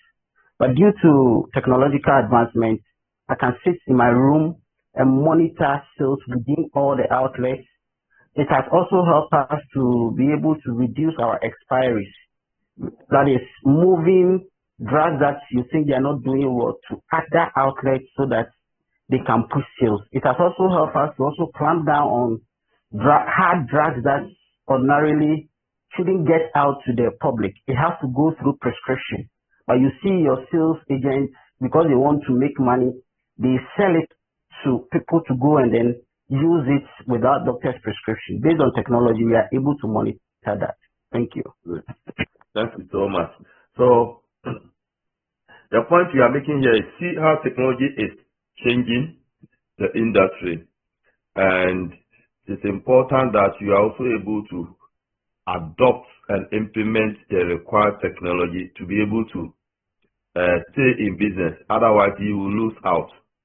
You cannot compete. When all others are adopting and you don't adopt, it's likely to affect your operations. Now, you cannot do business without technology if you really want to grow. And the way forward, I was having a discussion with a certain Turkish businessman, and he came to Ghana. We drove on the streets of Accra. We spent about 5 hours driving on the streets of Accra because I wanted to introduce him to Accra business areas for him to observe what goes on. And when we finished, one thing he said is, Turkey is now moving forward ahead of Ghana, and the only difference between Turkey and Ghana is technology adoption. If you are on the streets of Ghana, especially Accra and Kumasi, you see thousands and thousands of people doing business by the roadside. Those selling dog chains, selling matches, selling water, and all those. You will not find them on the streets of Turkey and most developed countries, because in these countries they are operating online. And I believe and want to predict that in few years to come, the people we find on the streets may no longer be there. They all have to be pushed online. If they are online, then the streets will be empty. And it all comes down to education. People learning the needed or required technologies and adopting it. You see that now it doesn't even pay. It's not too profitable to rent a shop in a room, stationary shop in a room, paying all the rent and bills every month, because how much sales are you going to make compared to the person selling online? Now, there are several businesses operating online. The business is not registered, just like somebody who should have been on the street getting just basic technology and selling whatever online, some through Facebook, some through TikTok and all that, and advertising their products, and individuals making orders online. So you may have your small business not even registered, your product is even in your house, but you make your online presence, let your contact number known. The person in Kumasi looking at the TikTok come across you, just pick the number and call you and make orders. You just package, and people are ready to pay for the delivery fees. So you may be in Accra selling to somebody in Tamale. You may be in Tamale selling to somebody in Kumasi. It makes you have access to a wider market. And that is where the world is going. And if we are able to, the president has outlined his policy of youth apprenticeship, and I think that this is area that they should look at to be able to, if you want to get rid of the people from the street, get these people, train them in basic IT so that they'll be able to take advantage of online systems and to be able to have access to wider markets. And that is the area, the direction we need to go. So if you are into business and you are not taking advantage of some of these emerging technologies, you cannot operate. You cannot operate. Others will take advantage of the opportunities, take the market from you, and your business cannot grow. So that is how technology is changing. And it also tells us as individuals, as the technology is revolutionizing the industry, what happens to us? If we also don't learn the emerging technologies, we will be obsolete and we may lose our jobs. And that's how people have started losing jobs. You become so irrelevant because you cannot use the new technologies. And if you cannot use the technology, why should your employer continue to engage you? So as the environment is changing, so must we also change to learn the new technology. So we have reached a level that we are supposed to unlearn and relearn. Your first degree that you had some 5-10 years ago may not be relevant if you don't upgrade yourself. I look at my PhD work that I did. As at the time, I was able to publish in good, reputable journals. But if I look the work I did at that time, today I will not give even the same standard to my MPhil students. My MPhil student must do something better than what I did at my PhD level, because things have changed, the softwares have changed, the business environments have changed, and therefore your research must be different from what I did some 15 years ago. Okay, so that is how we have all been affected, and to continue to be relevant, people keep saying that because of technology, jobs are going down. People are losing jobs. Yes, there are some jobs that are becoming irrelevant, and therefore people working in that areas are going to lose their jobs. But at the same time, several or more new jobs are being created, and to take advantage of this new job being created, you need to also upgrade yourself technologically so that you will be relevant and can take advantage of the new opportunities. Even education sector is being changed by technology. Here we are. You see how I've been coughing throughout my teaching. If it is not online, today's class would have been cancelled, because how I feel, I don't think I would have gone to class in Accra or Kumasi to teach, but because of technology, I have been able to manage. And if you don't know how to use the technology, how to upload your materials, how to control the class, and how to set online exams, and how to do online grading and all that, you can no longer be relevant. You go to class online and you embarrass yourself in front of your own students. So we all have to learn the new technologies in our field to continue to be relevant. Okay. Then we look at the legal factors. These are the laws of the country which affect everybody, and all businesses must comply to the laws of the land. Otherwise, the law enforcement agents will come for you, and that may result to fines or even jail terms. What about the physical environment?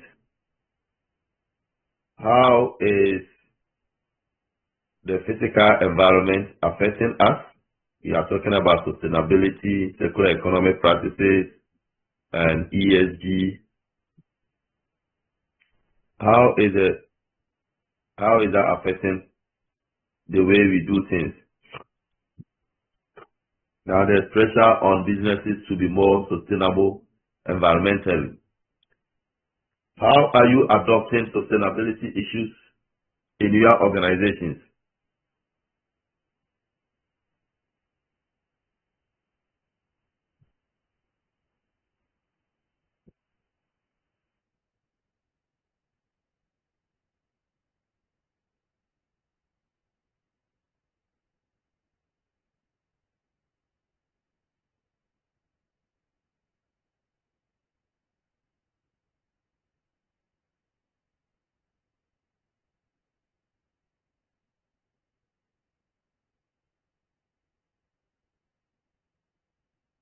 Yeah. All right. So, Prof. Yeah, John. Yeah. So, at least within my organization, I'm into shipping, containerized shipping. So, at our terminals, for instance, as a means of reducing vehicle or truck emissions, we have now invested in electronic vehicles, whereby within the terminal, the trucks that we use to move containers from the quay, let's call it the quay side, that is where the vessel loads onto the truck, into the yard for stacking. We try to reduce the use of these fossil fuel vehicles into now using the electronic powered vehicles so as not to increase the level of emissions that the other vehicles give us. So that's one way we do this. Another strategy is that we heavily invest in tree planting. For example, this month being the month of June, as part of government projects for tree planting, our company has made that a major part of its policy that every June we also plant trees. So we go into the community that's around us to ensure that we also plant and replace the dying trees, within the community. Basically, among other, these are some of the things that we do. Good. Thank you. We will discuss that later on how this helps to build the reputation of the company. Any more contributions?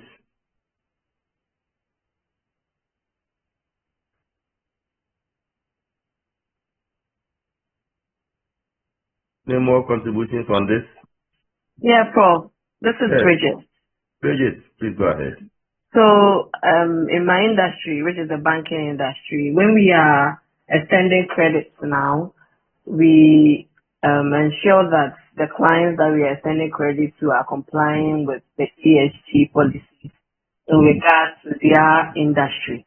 So there's actually a form, and then there are some procedure that we go through to ensure that whatever you are going to use the money for is not going to adversely impact on whatever community or whatever industry you are in. Then again, I will add a bit to what John Mark said.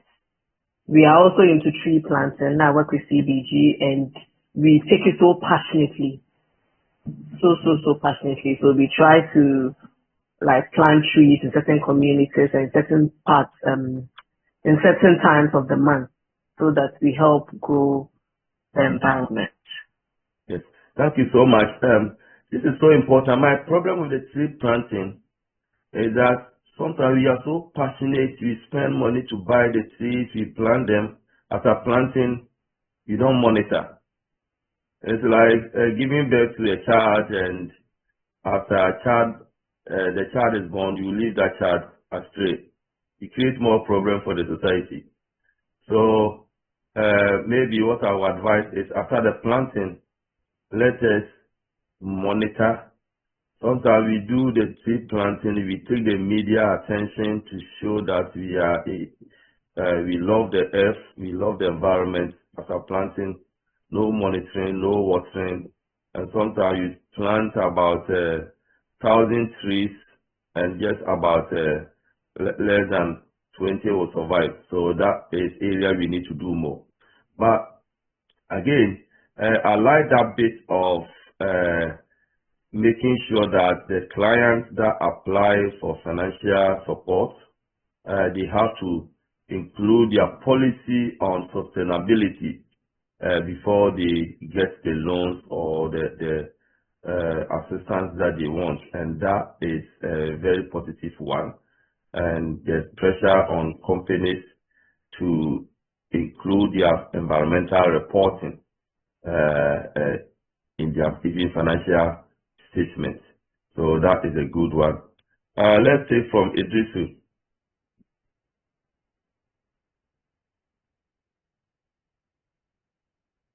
Idris? Yes, sir.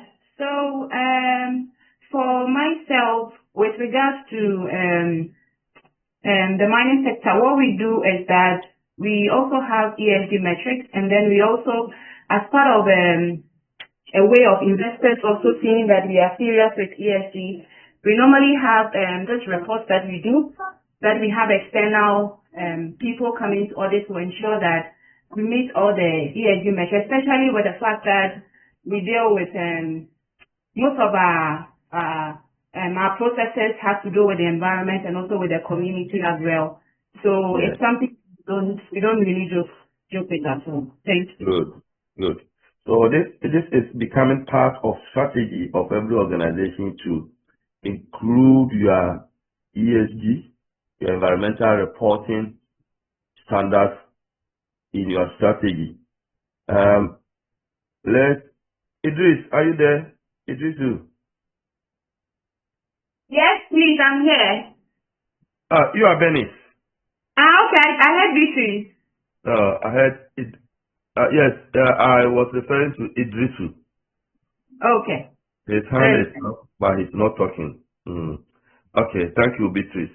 So, there's now pressure on businesses to ensure that they incorporate environmental standards. And it is important that you create what you call green culture within the organization. When you create green culture, then everybody believes in the environmental issues within the organization, so that whatever decision they are taking, they know that that decision doesn't adversely affect the physical environment. So now, when we are talking about performance of the business, performance is not measured in only profit. We have three dimensions of sustainability performance. We have what we call the triple bottom line, the economic or financial performance, and we have environmental performance, and we have social performance.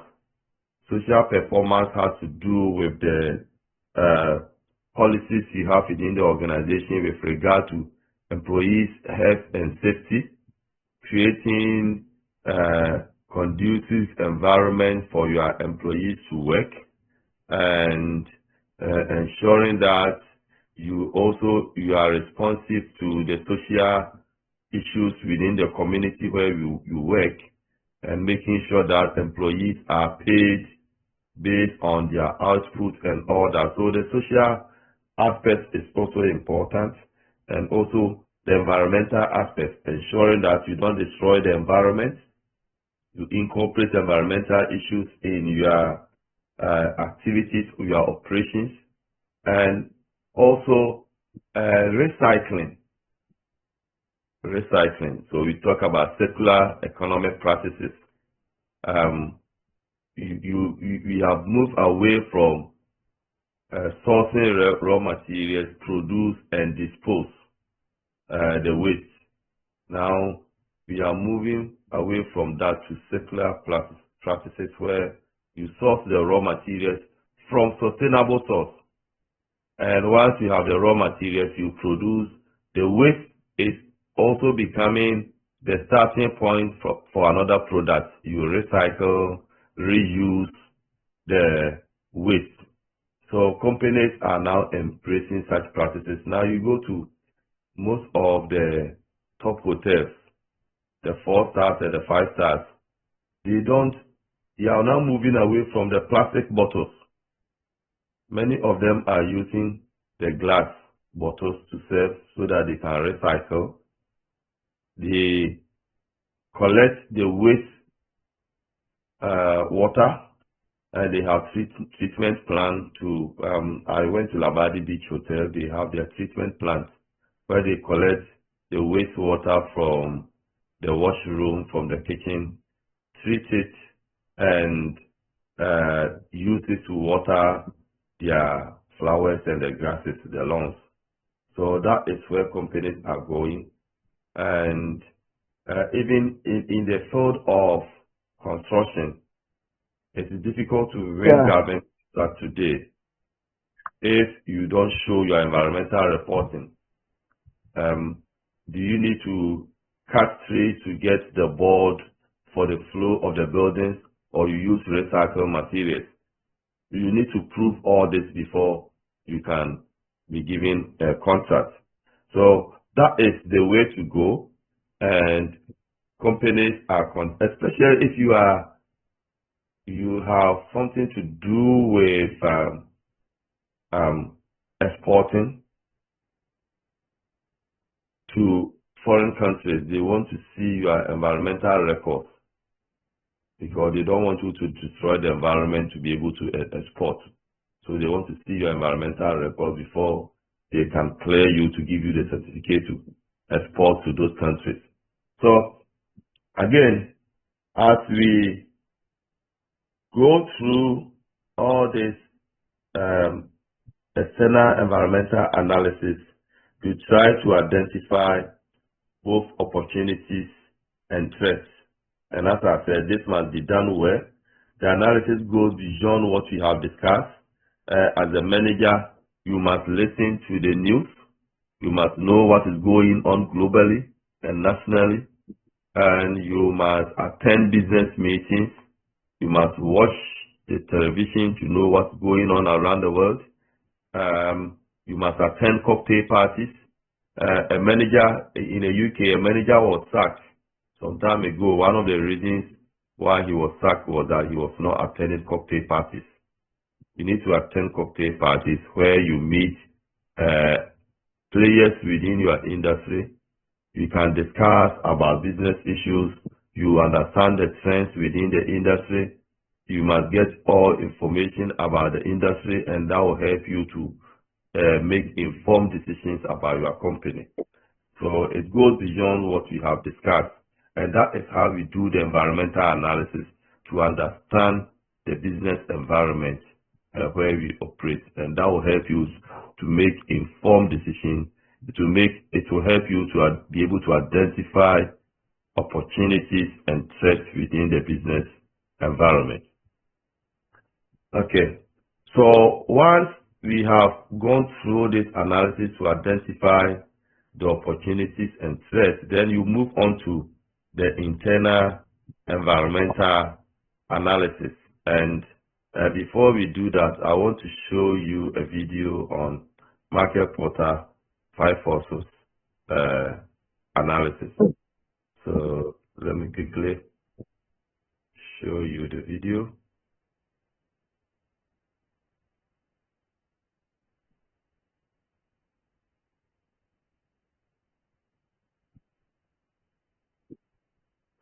Somebody mentioned that KNUSA is profit-oriented organization. How are you? You are not profit-oriented, actually. You see, I know the angle he is coming from. That's why I don't want to mind him. If you take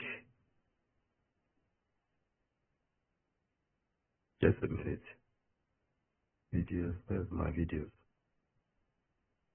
KNUSA per the act that established us, we are not profit oriented. That's why we are not required to show our annual financial statement, and we are not required to declare profit.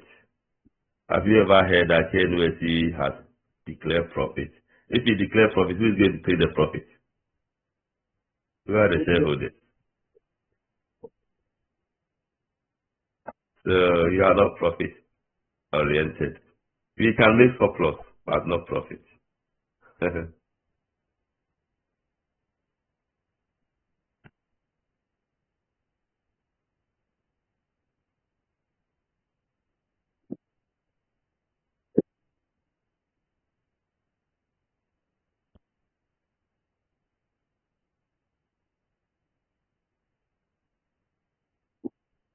Can you see the video?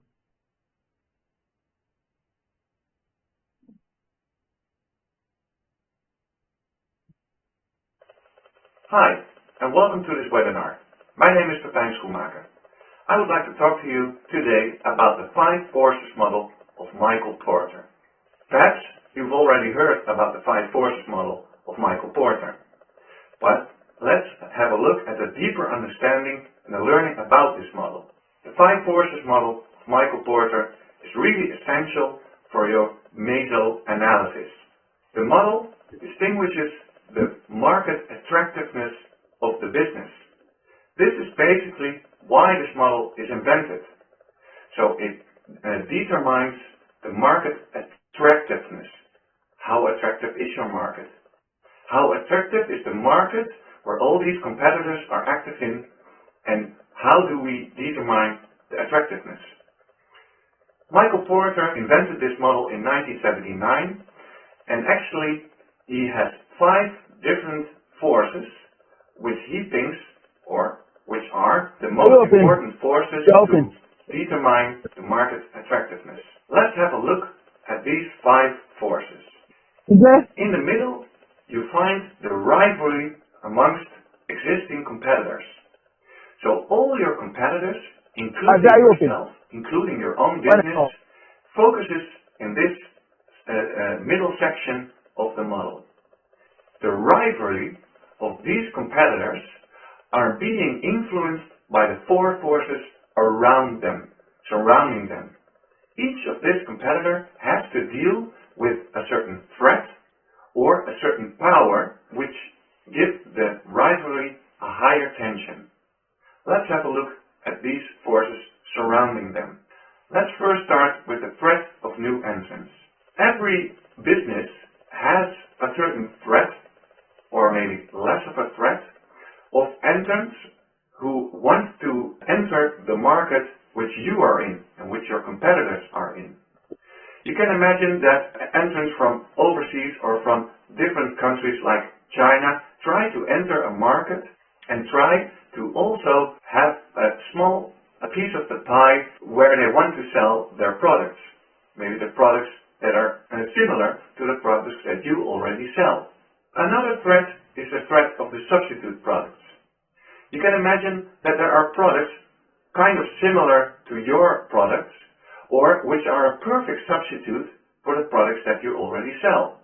For instance, if you sell mopeds, a substitute could be an electrical bicycle. This could be a threat to your products, and perhaps you sell less products if customers decide to rather buy an electrical bike than, for instance, a moped. There are also 2 powers. The first one is the bargaining power of suppliers. You have to make your products, you need to buy your products to create these products. If there are a lot of suppliers, then you can pick which suppliers you like to do business with. If there are not a lot of suppliers and you only can choose 2 or 3, you can imagine that a supplier can choose their own prices or their volumes, or can make a choice not to supply you with certain products against a certain price. For instance, if you are Apple and you need the glass frame for your mobile phones, and there are only one or two suppliers who have this specific type of gloss, then your choice is not broad, and the supplier could choose to raise the price or not go with the price that you want to pay. Another power is the bargaining power of buyers. These, for instance, are your customers. If you have a really transparent market and the buyers exactly know what kind of price they want to pay or they should pay for your product, then you don't have a lot of power to these buyers. So the buyers can choose to buy their product somewhere else if the price is not right. But if your product is really special and really exclusive, then probably your buyers won't have a lot of power. So the power then is low at that certain point. If these forces surrounding you and your competitors are really strong, you can imagine that the rivalry also is really strong amongst you and your competitors. Then, in that certain case, there is not a really attractive market which you are in. Let's have a look how we use this model, because writing down certain phrases concerning the threats or the powers that you have is not enough. You really have to understand how to use this model. One way to do so is that you first write down the situation as it is, the current situation, the situation now. And the interesting part about this model is that it is kind of dynamic, because you can make kind of a scenario how the threat or the power will evaluate during the coming year or coming 2 years. This gives the model kind of a new dimension, and it also gives you an insight, you as a specialist, since you already did a lot of research concerning your consumers, your competitors, or the market, and you probably can kind of tell what the market will do in the near future. So, at every power or every threat, you write the situation now and how it will develop in the nearby future. So, for instance, if the threat of the new entrants at this moment is high, you can probably look at the near future if it will be higher, or perhaps similar, or perhaps lower. If you have the feeling that certain countries really are developing countries and really do great work in developing technology, etc., then if the situation now is kind of a threat, you can imagine that the situation in the near future will be higher, so the threat will be higher. The same goes for the bargaining power of entrants. For instance, if the bargaining power now is strong, and due to, for instance, the internet and the barriers to export and import won't be stronger or higher, but perhaps maybe even lower, and it's easy for consumers to buy their products from overseas, then that bargaining power won't be lower. It actually might be higher. So for every force that you mention, for every force that you examine and you do a research for, you always first write down what the case is and why you think, due to your analysis, that the competition, for instance, the rivalry is really high now, and it probably will be higher. You also write down your future view, your kind of scenario about how this will develop. Now, this is not it. This is not the only part that you have to do with the 5 forces model. There's something more. Michael Porter also mentions in his books the barriers to enter and the barriers to exit. You might want to give it the name 2 extra forces, but there are entry barriers and exit barriers. And these really concern the rivalry. Because if you are in a situation, you are at this moment in a certain market, and you deliver your products, you sell your products, you buy your products, and you've really done a lot of effort to compete in this market, then it could be that the situation is that it's not so easy to step out. Take, for instance, the car manufacturer Saab. Saab went bankrupt, but they still have an obligation to keep producing spare parts for all their cars. Actually, they have to do this for 20 years. So it's not so easy to step out of this market. The same goes for the barrier to enter. This is really important for the new entrants. It's not so easy, if we stay at the car market, to enter the car market. There are a lot of rules, legislations, and all kind of, every country has its own rules how a car is safe and what kind of tests need to be done before you actually can bring a car to the market. So you can imagine that the barrier to enter the market is quite high in this car manufacturing market. Also, you feel that this has kind of a relationship with the threat of new entrants, because the threat of new entrants in this case isn't really high. Though, we have to be honest, and the electrical car business is a really attractive market, so you can imagine that the threat for new entrants is not really low, but it is there. It's not also really high, it's common. And the barrier to exit is high. So these are two extra forces, you can name them, which also give this model extra dimension. Now, as I started this web seminar, this model is created to determine the market attractiveness. So, we set up this model with one certain question. How attractive is this market which we are in? How attractive is this market? So, we have to end this model. After all your research, your analysis, and writing down per force what's the situation, if it's high and in the near future higher, if it's low and in the near future lower, etc., you have to finish off with a conclusion. And the conclusion always starts with the market for, etc., etc., is attractive or not attractive or average, whatever case you are in. So finish your model with a conclusion, a clear conclusion, if this market is attractive or not. So, I hope that I explained this model, and I hope that you do your research in your textbooks and try to understand the 5 forces model of Porter.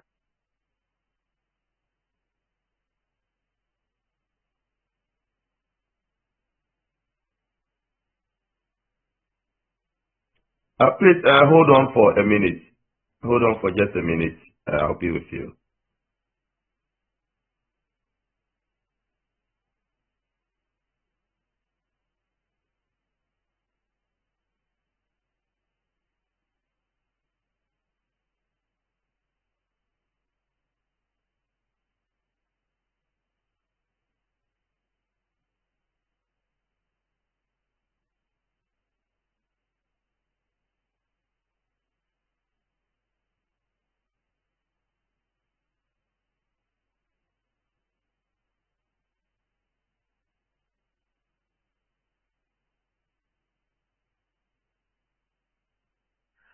All right. Sorry about that. Michael Porter's analysis is based on his 5 forces, and he mentioned them as a threat of new entrants, bargaining power of suppliers, bargaining power of buyers, threat of substitutes, and internal rivalry. And he's arguing that if you want to invest in any business, you want to invest in any industry, you need to perform this analysis. And when you perform the analysis, you'll be able to determine whether it is profitable to invest in that industry. So, but the question I want to ask you is, do you agree with Porter that the profits of the industry depends on only these 5 factors? Do you agree with Michael Porter?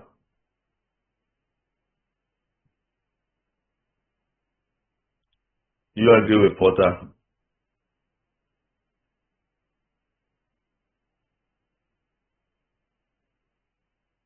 that the performance depends on only the 5 factors?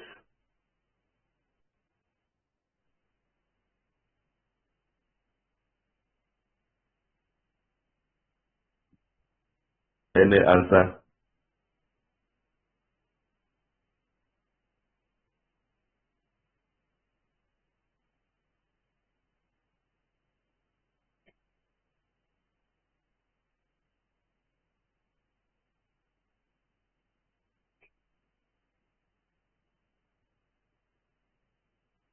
Oh, no contribution. You agree with Porter that performance depends on only these 5 factors that he discussed.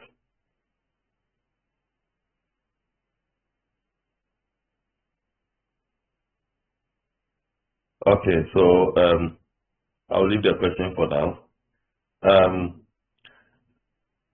To summarize the video so far, is arguing that the competitive environment is unattractive. That is, it is not profitable to go into that business or industry if you have these conditions. When rivalry is strong, when entry barriers are low, when competition from substitutes is strong, and when suppliers and customers have considerable bargaining power. So what he's trying to say that when rivalry is strong, too much rivalry, this means there's too much competition within the industry. The industry tends to compete based on price. You want to cut down prices to get the customers. And by cutting your price, competitors will also cut their prices, so you bring about price war. So when you are cutting prices, you are cutting your profit. So it makes the industry less attractive or less profitable. Then entry barriers are low. In any industry where there are no entry barriers, anybody can come in to invest. We call it Me Too. Everybody wants to come in. Me Too will come in and invest. And when more people are coming in, it makes the industry less attractive because it will bring competition and prices will go down. Then, when competition from substitutes is strong, if there are substitutes to the industry's products, then the industry becomes vulnerable, making it less profitable. And then also when customers have considerable bargaining power, if customers have power, you cannot increase profits. They will always push you to reduce profits and thereby reduce prices, thereby reducing your profits. And then also when suppliers have considerable bargaining power, suppliers can also put pressure on you, increase the prices of their raw materials, which will eat into your profit margins. And then you can say that competitive environment is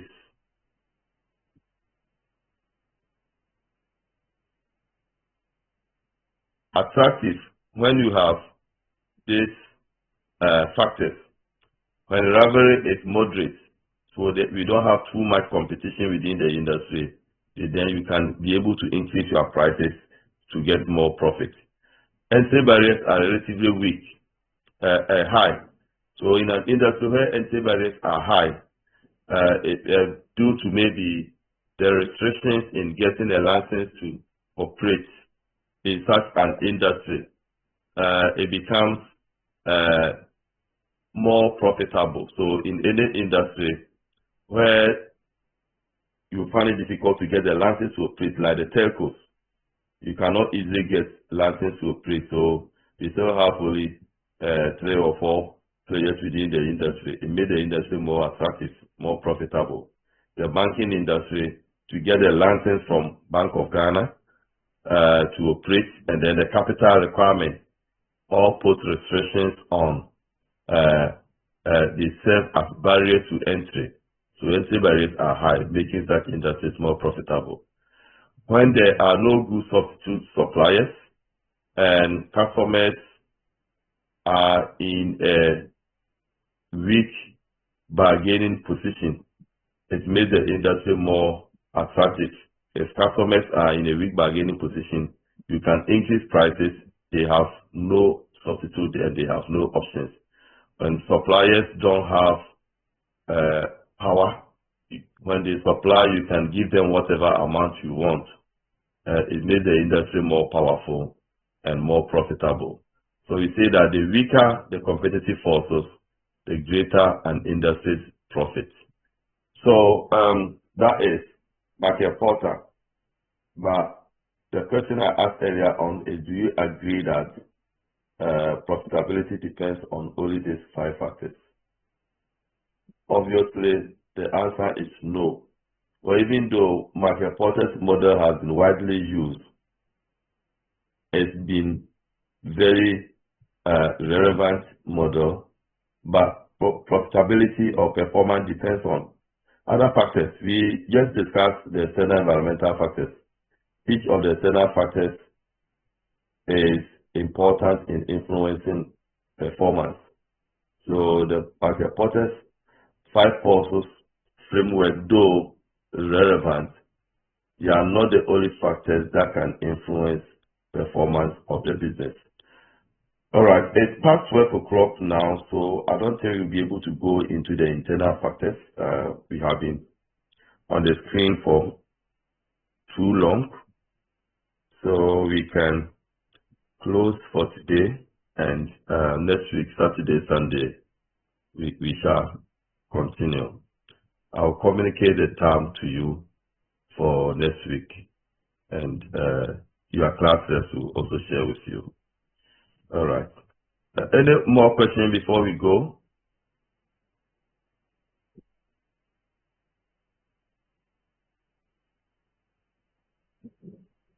Okay, sir.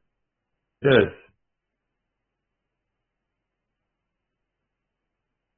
Okay. Otherwise, I would say have a good day and enjoy the Father's Day. Yeah, hello, sir. Good afternoon, please. Good afternoon. Sir, please, I didn't really get the competitive environment when it's unattractive, the entry barrier. Please, can you explain that point further? So, okay. Thank you. It said that the competitive environment is unattractive when you have these conditions. So I said that when you have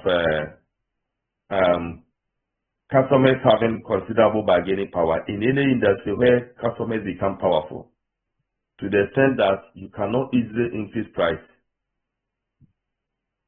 But when you increase price, especially when their switching cost is low, when you increase price, they can switch. They won't buy from you again. In this case, customers are powerful. Especially when customers are all well organized, they can put pressure on you. You cannot increase price. In this case, it makes the industry less attractive or less profitable. Or when your suppliers are having more power, they can send the supply to competitors. They can decide not to supply to you. So in this case, they keep on increasing prices. When they are increasing prices, it becomes cost to you. So it makes the industry less attractive or less profitable. And then we have the rivalry. When rivalry is strong, in any industry where rivalry is strong, it means that the existing players within the industry, existing firms within the industry, they compete based on price. So they keep on reducing prices in order to get customers. When you increase your price, your competitors will also increase their price. So it brings about price war within the industry. Cutthroat advertisements, you do me, I do you. And in this case, by cutting prices, you are cutting down your profits, making the industry unprofitable. And we have entry barriers.